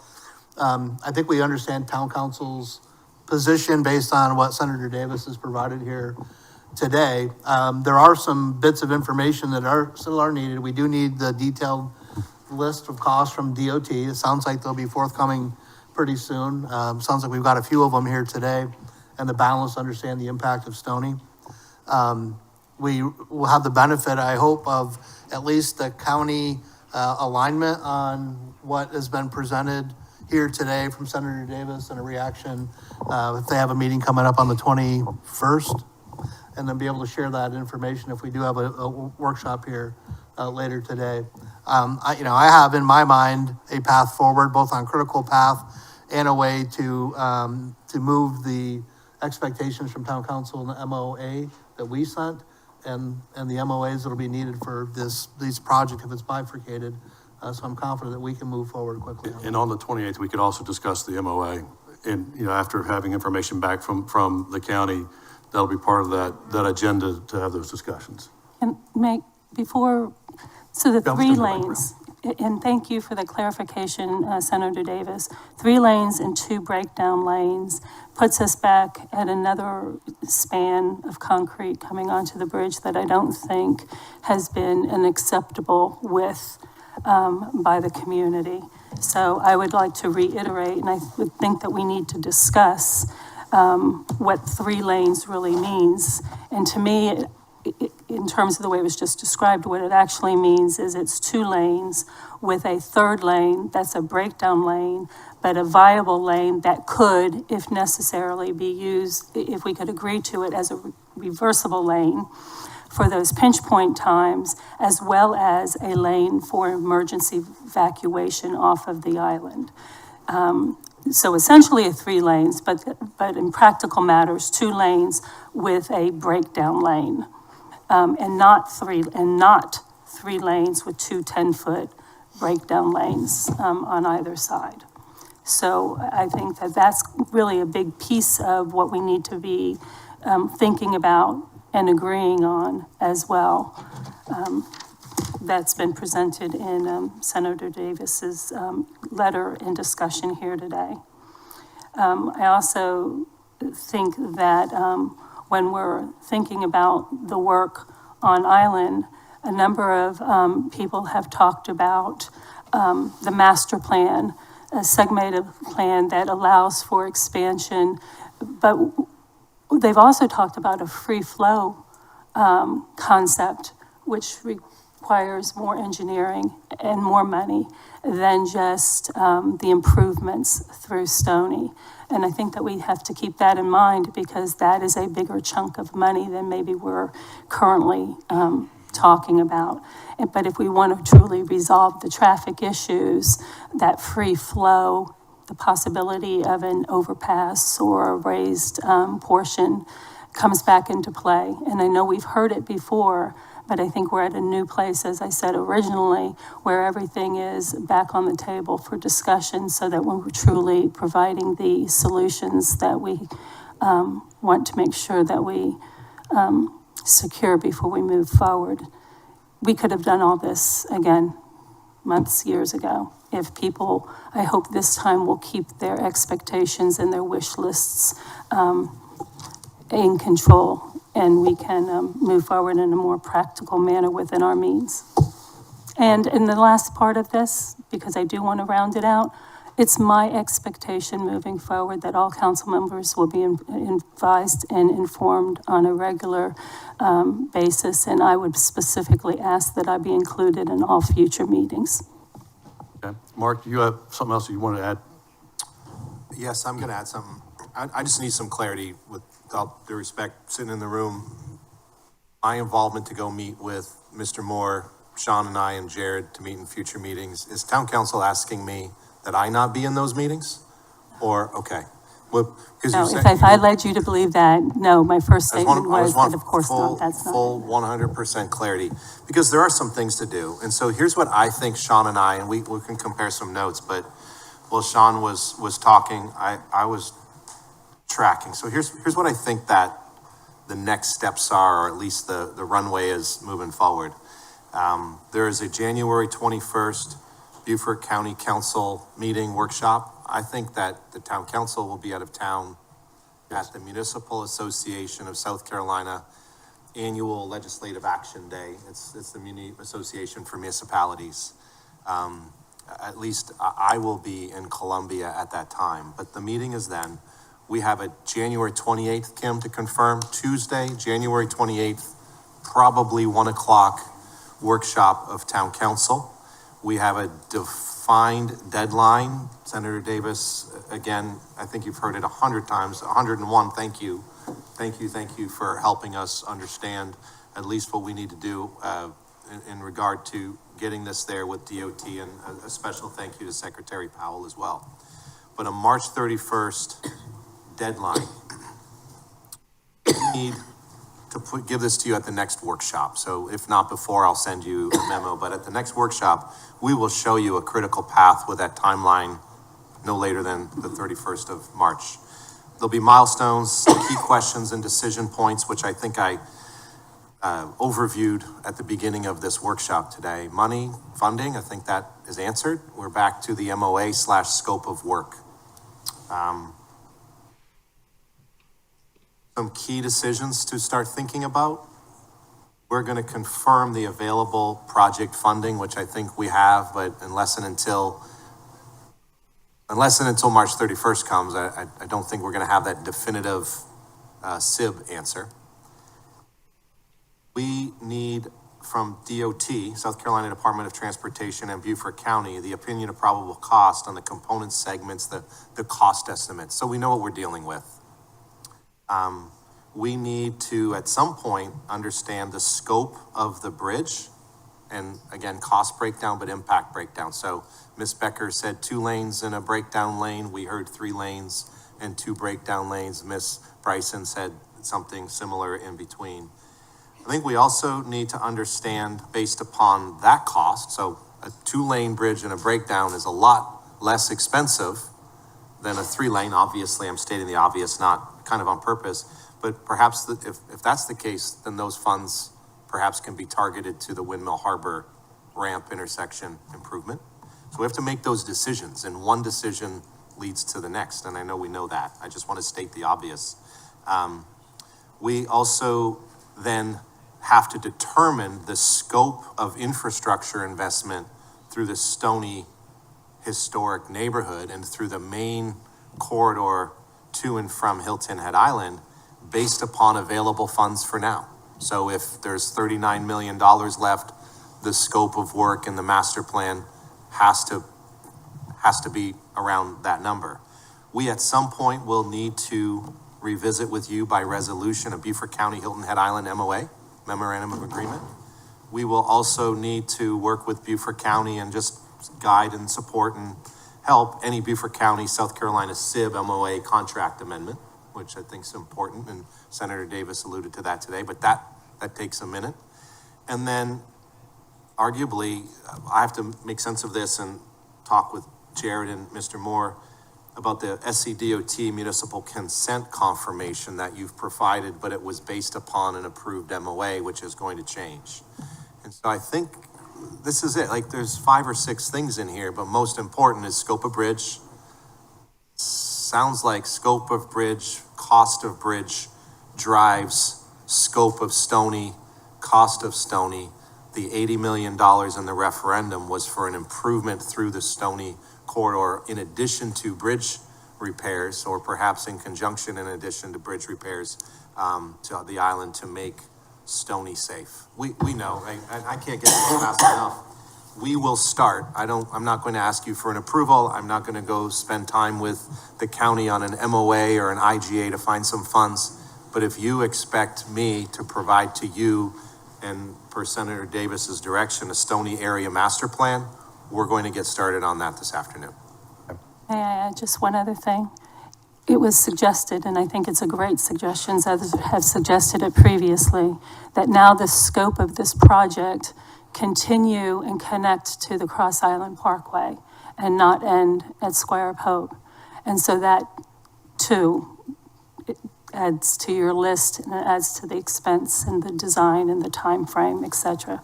But I just wanted to make sure. Does state from Windmill Harbor to Cross Island. I know it does, but I'm just making sure that in terms of the list that Mark just read off, that Cross Island extension of the project scope is included in that. So just wanted to mention it for whatever it's worth to whomever, but I just wanted to make sure that we're looking at that, because it's not just been brought up here today, it's been brought up over the years that why are we stopping at Squire Pope and not going all the way to the Cross Island? And now's the time to acknowledge that that's what people have been saying and do it. So then secondly, I would like to make sure that that list stays open and our conversation and our minds stay open on this council as we listen to the public who are here to speak and who have brought their ideas and their comments. And it's our responsibility to hear them and to make sure that we take them seriously and try to include them where we can. So thank you. Any other, Mr. Brown? Yep, just one last thing, Mr. Mayor. Mr. Orlando says he's gonna start working on that master plan this afternoon. I would encourage, my colleagues here on town council, particularly the newly elected officials. The MOA references the Stony Initiative Plan as a guide for any particular master plan. If you have not read that, I suggest that you do. I make the same suggestion for our colleagues at the county, that we're not starting from scratch. There's a baseline here as far as things that have been requested, needed in that Stony area from decades ago, okay? And I also encourage our public to take some time and go on the website and read that, so that we have that baseline as far as expectations in that particular part of our community. Thank you. Mayor, if I could piggyback on that, I think it'd be helpful for the town clerk to send to all council members that plan and to include that plan in our 278 website initiative page so that folks know about it. And perhaps if it'd be helpful to send a copy to the county council of that plan so they know what we're talking about. So that, Okay, thank you. Any other comments? Mayor, I'm sorry, one more thing, and that is, I don't really want to say this out loud, but I think it was part of our consideration, and that is, in looking at what we might need to plan for as we go forward, what about the SIB money, the 120 million disappearing, because that's included in the bridge project, and the IGA, the intergovernmental agreement between the county and SIB, goes all the way to Spanish Wells. So in my view, that'd be difficult to use all of that money just for an eastbound bridge.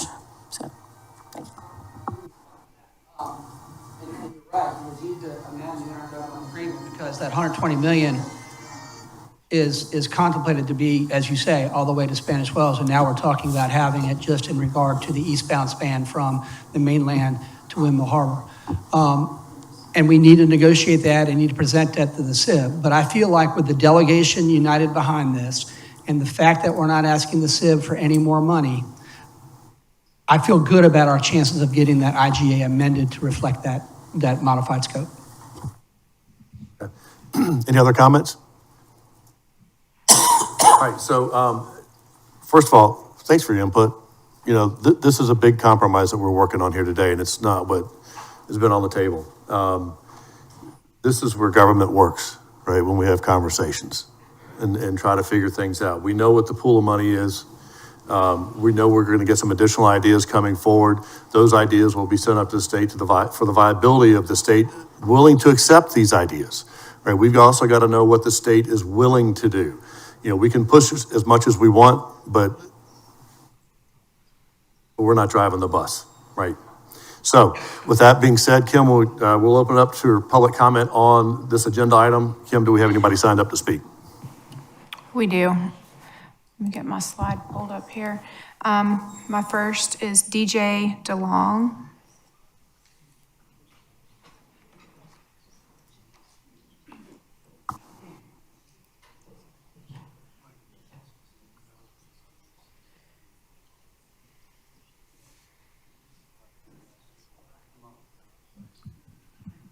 Good afternoon, Mayor and Council.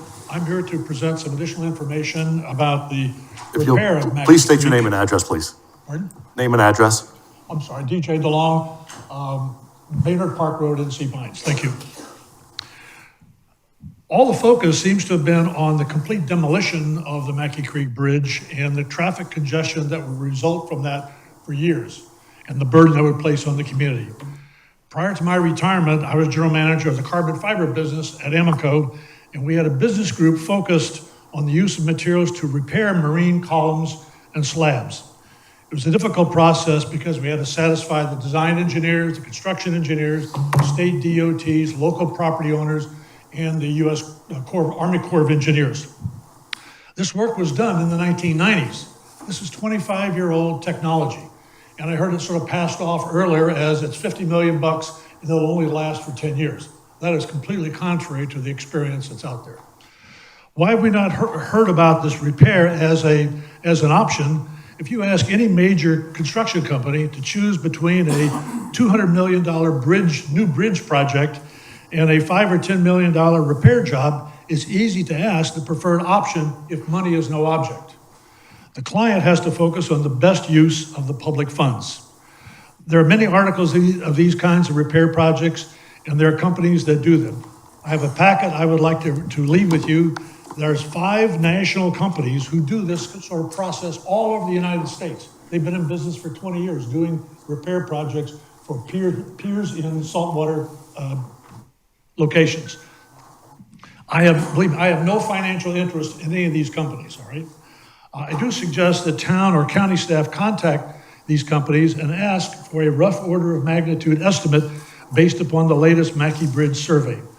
I have read over the 2010 and the 2020 survey reports of the Mackey Bridge, and I see this as an ideal repair case, not a complete demolition. The project can mostly be done at the water level and does not create major traffic disruptions as would the complete demolition of the existing bridge. Here's a chart of, from one company, of all the projects that they have done around the United States. This is just one company's list of projects and locations for these kinds of repairs. I suggested, as I said, the town and county staff contact these companies and ask for a rough order of magnitude estimate based upon the Mackey Bridge survey. The project can be done at the water level and not be a huge disruption of the traffic. The cost savings compared with a new bridge could then be applied to other 2-lane projects, or you talked about a 3-lane project earlier, and would get us to have additional funds available to use on a 2-lane express connector to the Cross Island. All right, thank you, Mr. Long. Your 3 minutes is up. Thank you. Thank you very much. If you want to leave that on the edge of the table right there, that'd be perfect. Or give it to Mark. Christopher Cliff. Christopher Cliff. My name is Christopher Cliff, 14 Sand Fiddler. I've been involved in this project since November 2018. My wife said to me the other day, she said, "You begin to sound like a tired, broken record." So I'm changing my subject matter today. In February 2022, President Biden was in Pennsylvania. He might not have known he was there, but he was there. And on that same day, a bridge collapsed, a bridge that was rated 4. Okay, the Federal Highway Transport Safety Board undertook an investigation. They reported on it in January 2024. And they set out some new guidelines regarding inspections. whether SCDOT is now following those enhanced guidelines, I don't know. I've certainly not seen a latest report on the east span Mackay Bridge. Now, I've just heard of this discussion about comments regarding the design of the bridge from Moss Creek to Hog Island. It's actually nothing to do with you. You've got no more status in the design of that bridge than I have. None whatsoever. Your concerns are all starting after Windmill Harbour and within the vicinity of Hilton Head Town. You need to get out of the way, and you need to let South Carolina Department of Transport make the eastbound Mackay Creek span safe, because it clearly isn't. And a lot of the public have no idea how safe or unsafe it isn't. So you need to get out of the way and leave them to get on with it. And I don't know what the delay is in saying yes and wait until the March 31st is nonsensical, because the bridge will not, of its own volition, improve. It will further deteriorate. So the concern about safety increases, not lessens, and you could find yourselves personally vulnerable if there's an incident. You have a duty of care, and as far as I'm concerned, you're blocking resolving the solution, and you need to get on with it and get out of the way. Say yes, and then separately consider, as the SCDO suggested, that the on-island is a quite separate project for which you might also be able to obtain funds. Thank you. Thank you. Next. Peter Christian.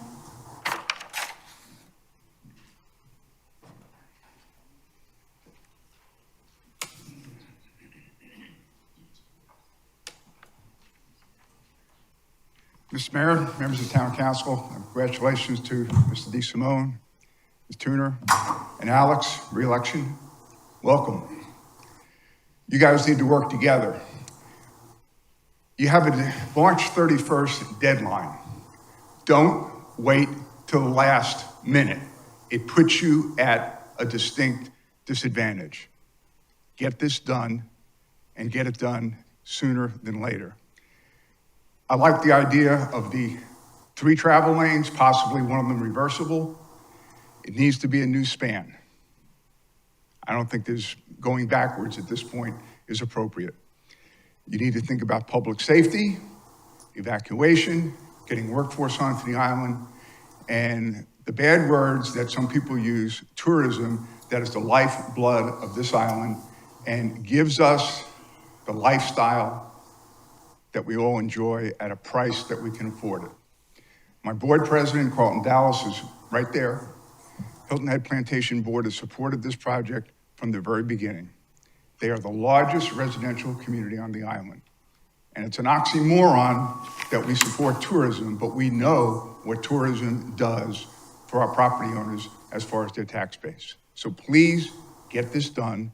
Don't fight among yourselves, and get it done sooner than later. Thank you. Thank you. Peter Ovens. I'll postpone mine for our next meeting. Sherry Mickret.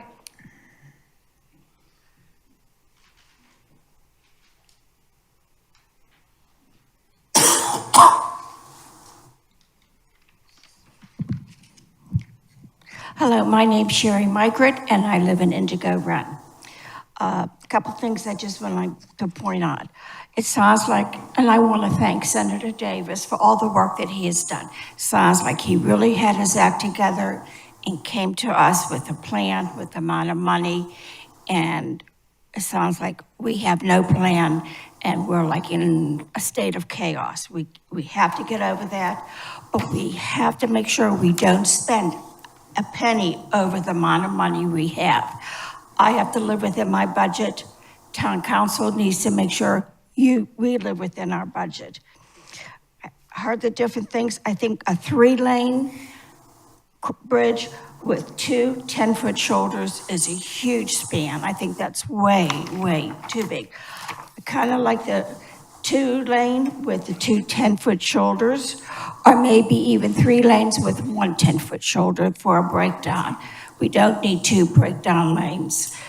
We need to be careful because we're going to have all these lanes coming onto the island, and we're going to have to make all the work. So 3 lanes or whatever can come onto the island. So we need to make sure we have enough money to do that.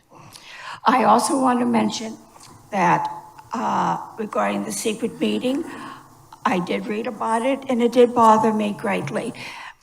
I read most of it in the island packet. I think this is where I got most of the information.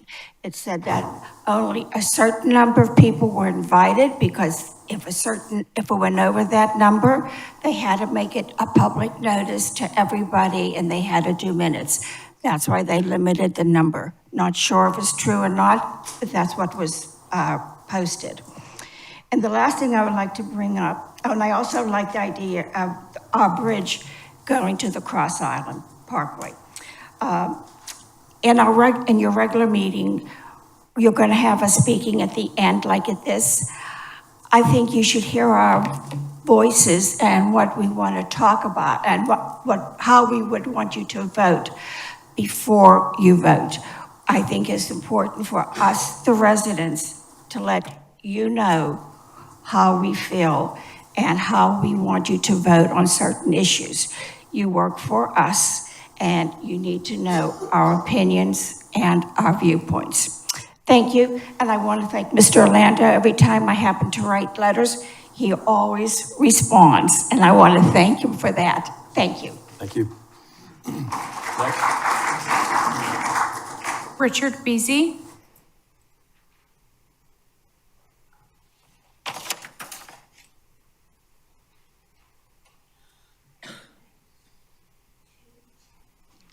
Richard Busy, Indigo Run. I'm not an engineer, I'm not a transportation expert, I'm not a contractor, and I am not a politician. But I am a 20-year full-time resident of Hilton Head Island, and I, like many of you, came here 35 years ago as a tourist and fell in love with the island. Its natural beauty, outstanding beaches, and for me, world-class golf courses. 15 years after I first came here, I made the permanent move. The 278 project is what inspired me to get involved, and I joined the technical working group about 3 years ago. As you know, the technical working group is comprised of individuals with extensive engineering backgrounds, and in fact, I'm the only one who has no background whatsoever in technical issues. But I do have common sense, and common sense tells me that Hilton Head does not need nor want a massive monster bridge as the gateway to our island. As you know, more than 11,000 individuals have signed a petition urging the town to reject the mega bridge and 6-lane expressway through the north end of the island. And yet last year, the old town council, with the exception of Tammy Becker, ignored the pleas of local residents and approved a project with a price tag approaching $500 million, a project that will not work. Mayor Perry has said that without data, you're just another person with an opinion. While the technical working group has shared reams of data with the town council and others, clearly showing there are alternative plans that will actually work to reduce traffic congestion without spending $500 million and building a monster bridge. We need a scaled back project. More than 50% of the traffic coming onto the island are bound for the Cross Island Parkway. We need a direct link to that Cross Island Parkway, and plans have been submitted to this council showing that. And the central question is, what will this somewhat new town council start to change our path, or will we continue to sell out our town? One final point, let's solve this issue without any more secret meetings with the county council. Can everyone agree to that? I would hope so. Could I have a show of hands? I see 2. And the mayor has said that the focus needs to be on island improvements and not the bridge. But let's not forget, this monster bridge, as is contemplated, that's the very first impression of Hilton Head Island. And the mega bridge that's proposed is not in the best interest of Hilton Head Island residents. Thank you. Thank you, Mr. Busy. John Casey. Mr. Casey. John Casey. Okay. Skip Hoagland.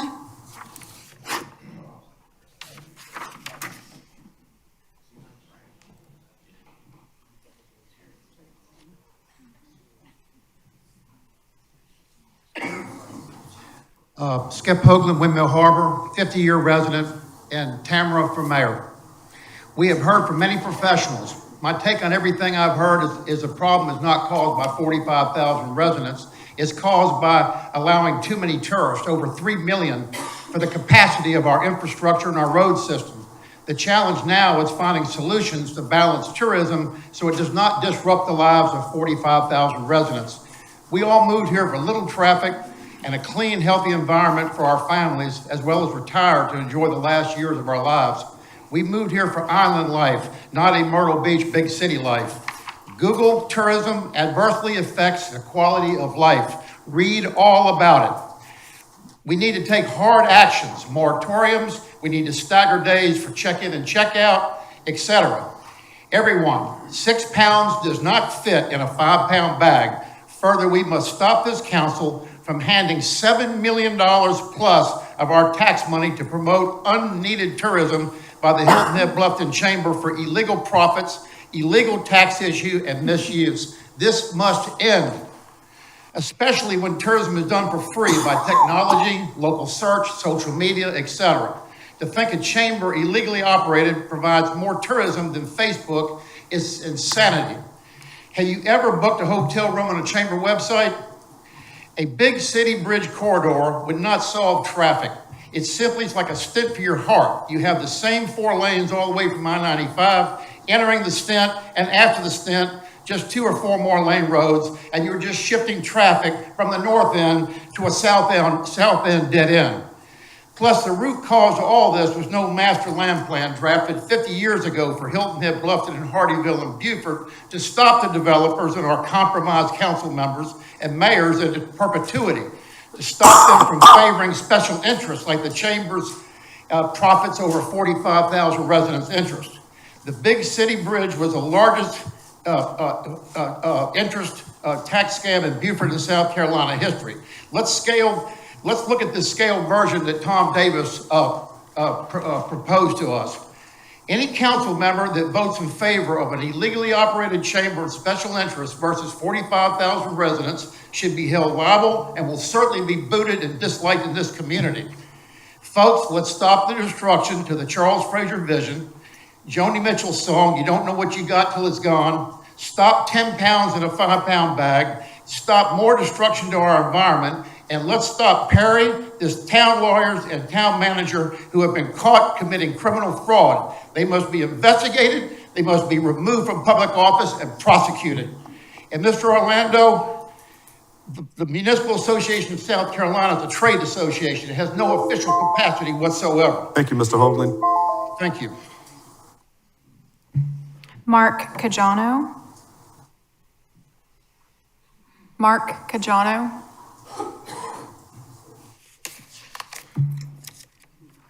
Grace Smith.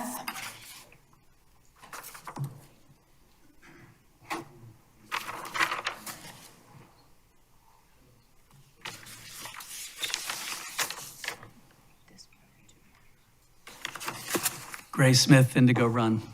I had some prepared remarks, but I'm not going to talk about a lot of them because of what's transpired here today, which has greatly encouraged me. First of all, I would like to again thank Senator Davis for doing all of his due diligence since I've been involved in this project in 2018. And I really appreciate him coming to this meeting today and realistically exposing what can be done with existing funds and stop looking for the funds to build the monster bridge.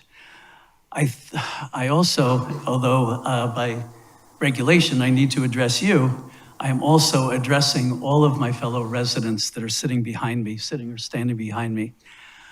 I want to thank them because I think working together and with Tammy, we have officially stuck a fork in the mega bridge. And I really want to thank all the residents who have voiced their concerns to the council and to the county council, and also the two ways, there's really three, but I'm only going to address two. The two ways that I think that the residents have delivered 3 strikes that led to the finality of getting rid of the monster bridge. Number one was a petition specifically opposed to the construction of this out-of-scale bridge that has now been signed by more than 11,600 residents. The second one is, and this is the words of a county official, a state official to these bodies that said that the referendum, the tax referendum, was, quote, roundly defeated. I think that was a brilliant expression on the part of we the residents that no, we don't want the 11-lane single slab superhighway bridge as the entrance to our beautiful island. So I want to thank our residents, and now I also want to thank you all for hearing the residents and hearing Senator Davis. And we look forward to working with you and being involved and working to arrive at an entrance to their island that's in scale, that will be effective in solving the peak traffic flow problems and just contribute to the future, the bright future of Hilton Head Island. Thank you. Thank you. Terry Herron. Terry Herron. I'll pass. Thank you. Frank Babel.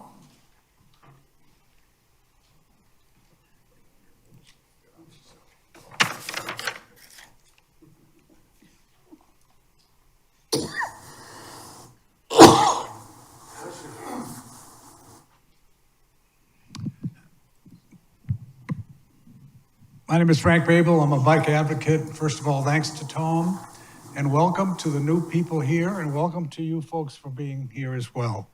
And thanks to the staff for all the work that they've done. They did a wonderful job, folks over here in particular. Many of you may not know that there is a master plan for bike ped on Beaufort County. It's been approved by all the towns in Beaufort County, by Beaufort County, and by LATS. One of its major components is connectivity between Hilton Head Island and the mainland. That was a part of the key design features that a number of us who were part of the first committee had and designed into the original program, was connectivity between the mainland and Hilton Head Island. And did a great job, we think, and it lasted for 5 years. But it appears that the eraser has arrived. And it appears that in the interest of cost, the nice, safe features that have been provided are probably not going to be there. So I raise with you the issue, what are we going to do? Think about it. Think about people going over that bridge, the 2-lane thing. That is suicidal. What are we going to do? Causeways on both sides. How are we going to handle safely bikes and pedestrians going over? We have e-bikes coming on the scene en masse. We have people coming over. We have lots of folks who want to go to Pinckney Island. And we have 20 to 30 to 40,000 bikers a day on our island. And they're increasing on the mainland. How are we going to get them between the mainland and Pinckney Island and Hilton Head Island? One of the things they're doing down south is they're combining one of the breakdown lanes into a 2-way lane with protected features. That's something you might want to consider. It's a 2-way address to go on the main lane. That's something to think about. So please give us thought. It's all about safety.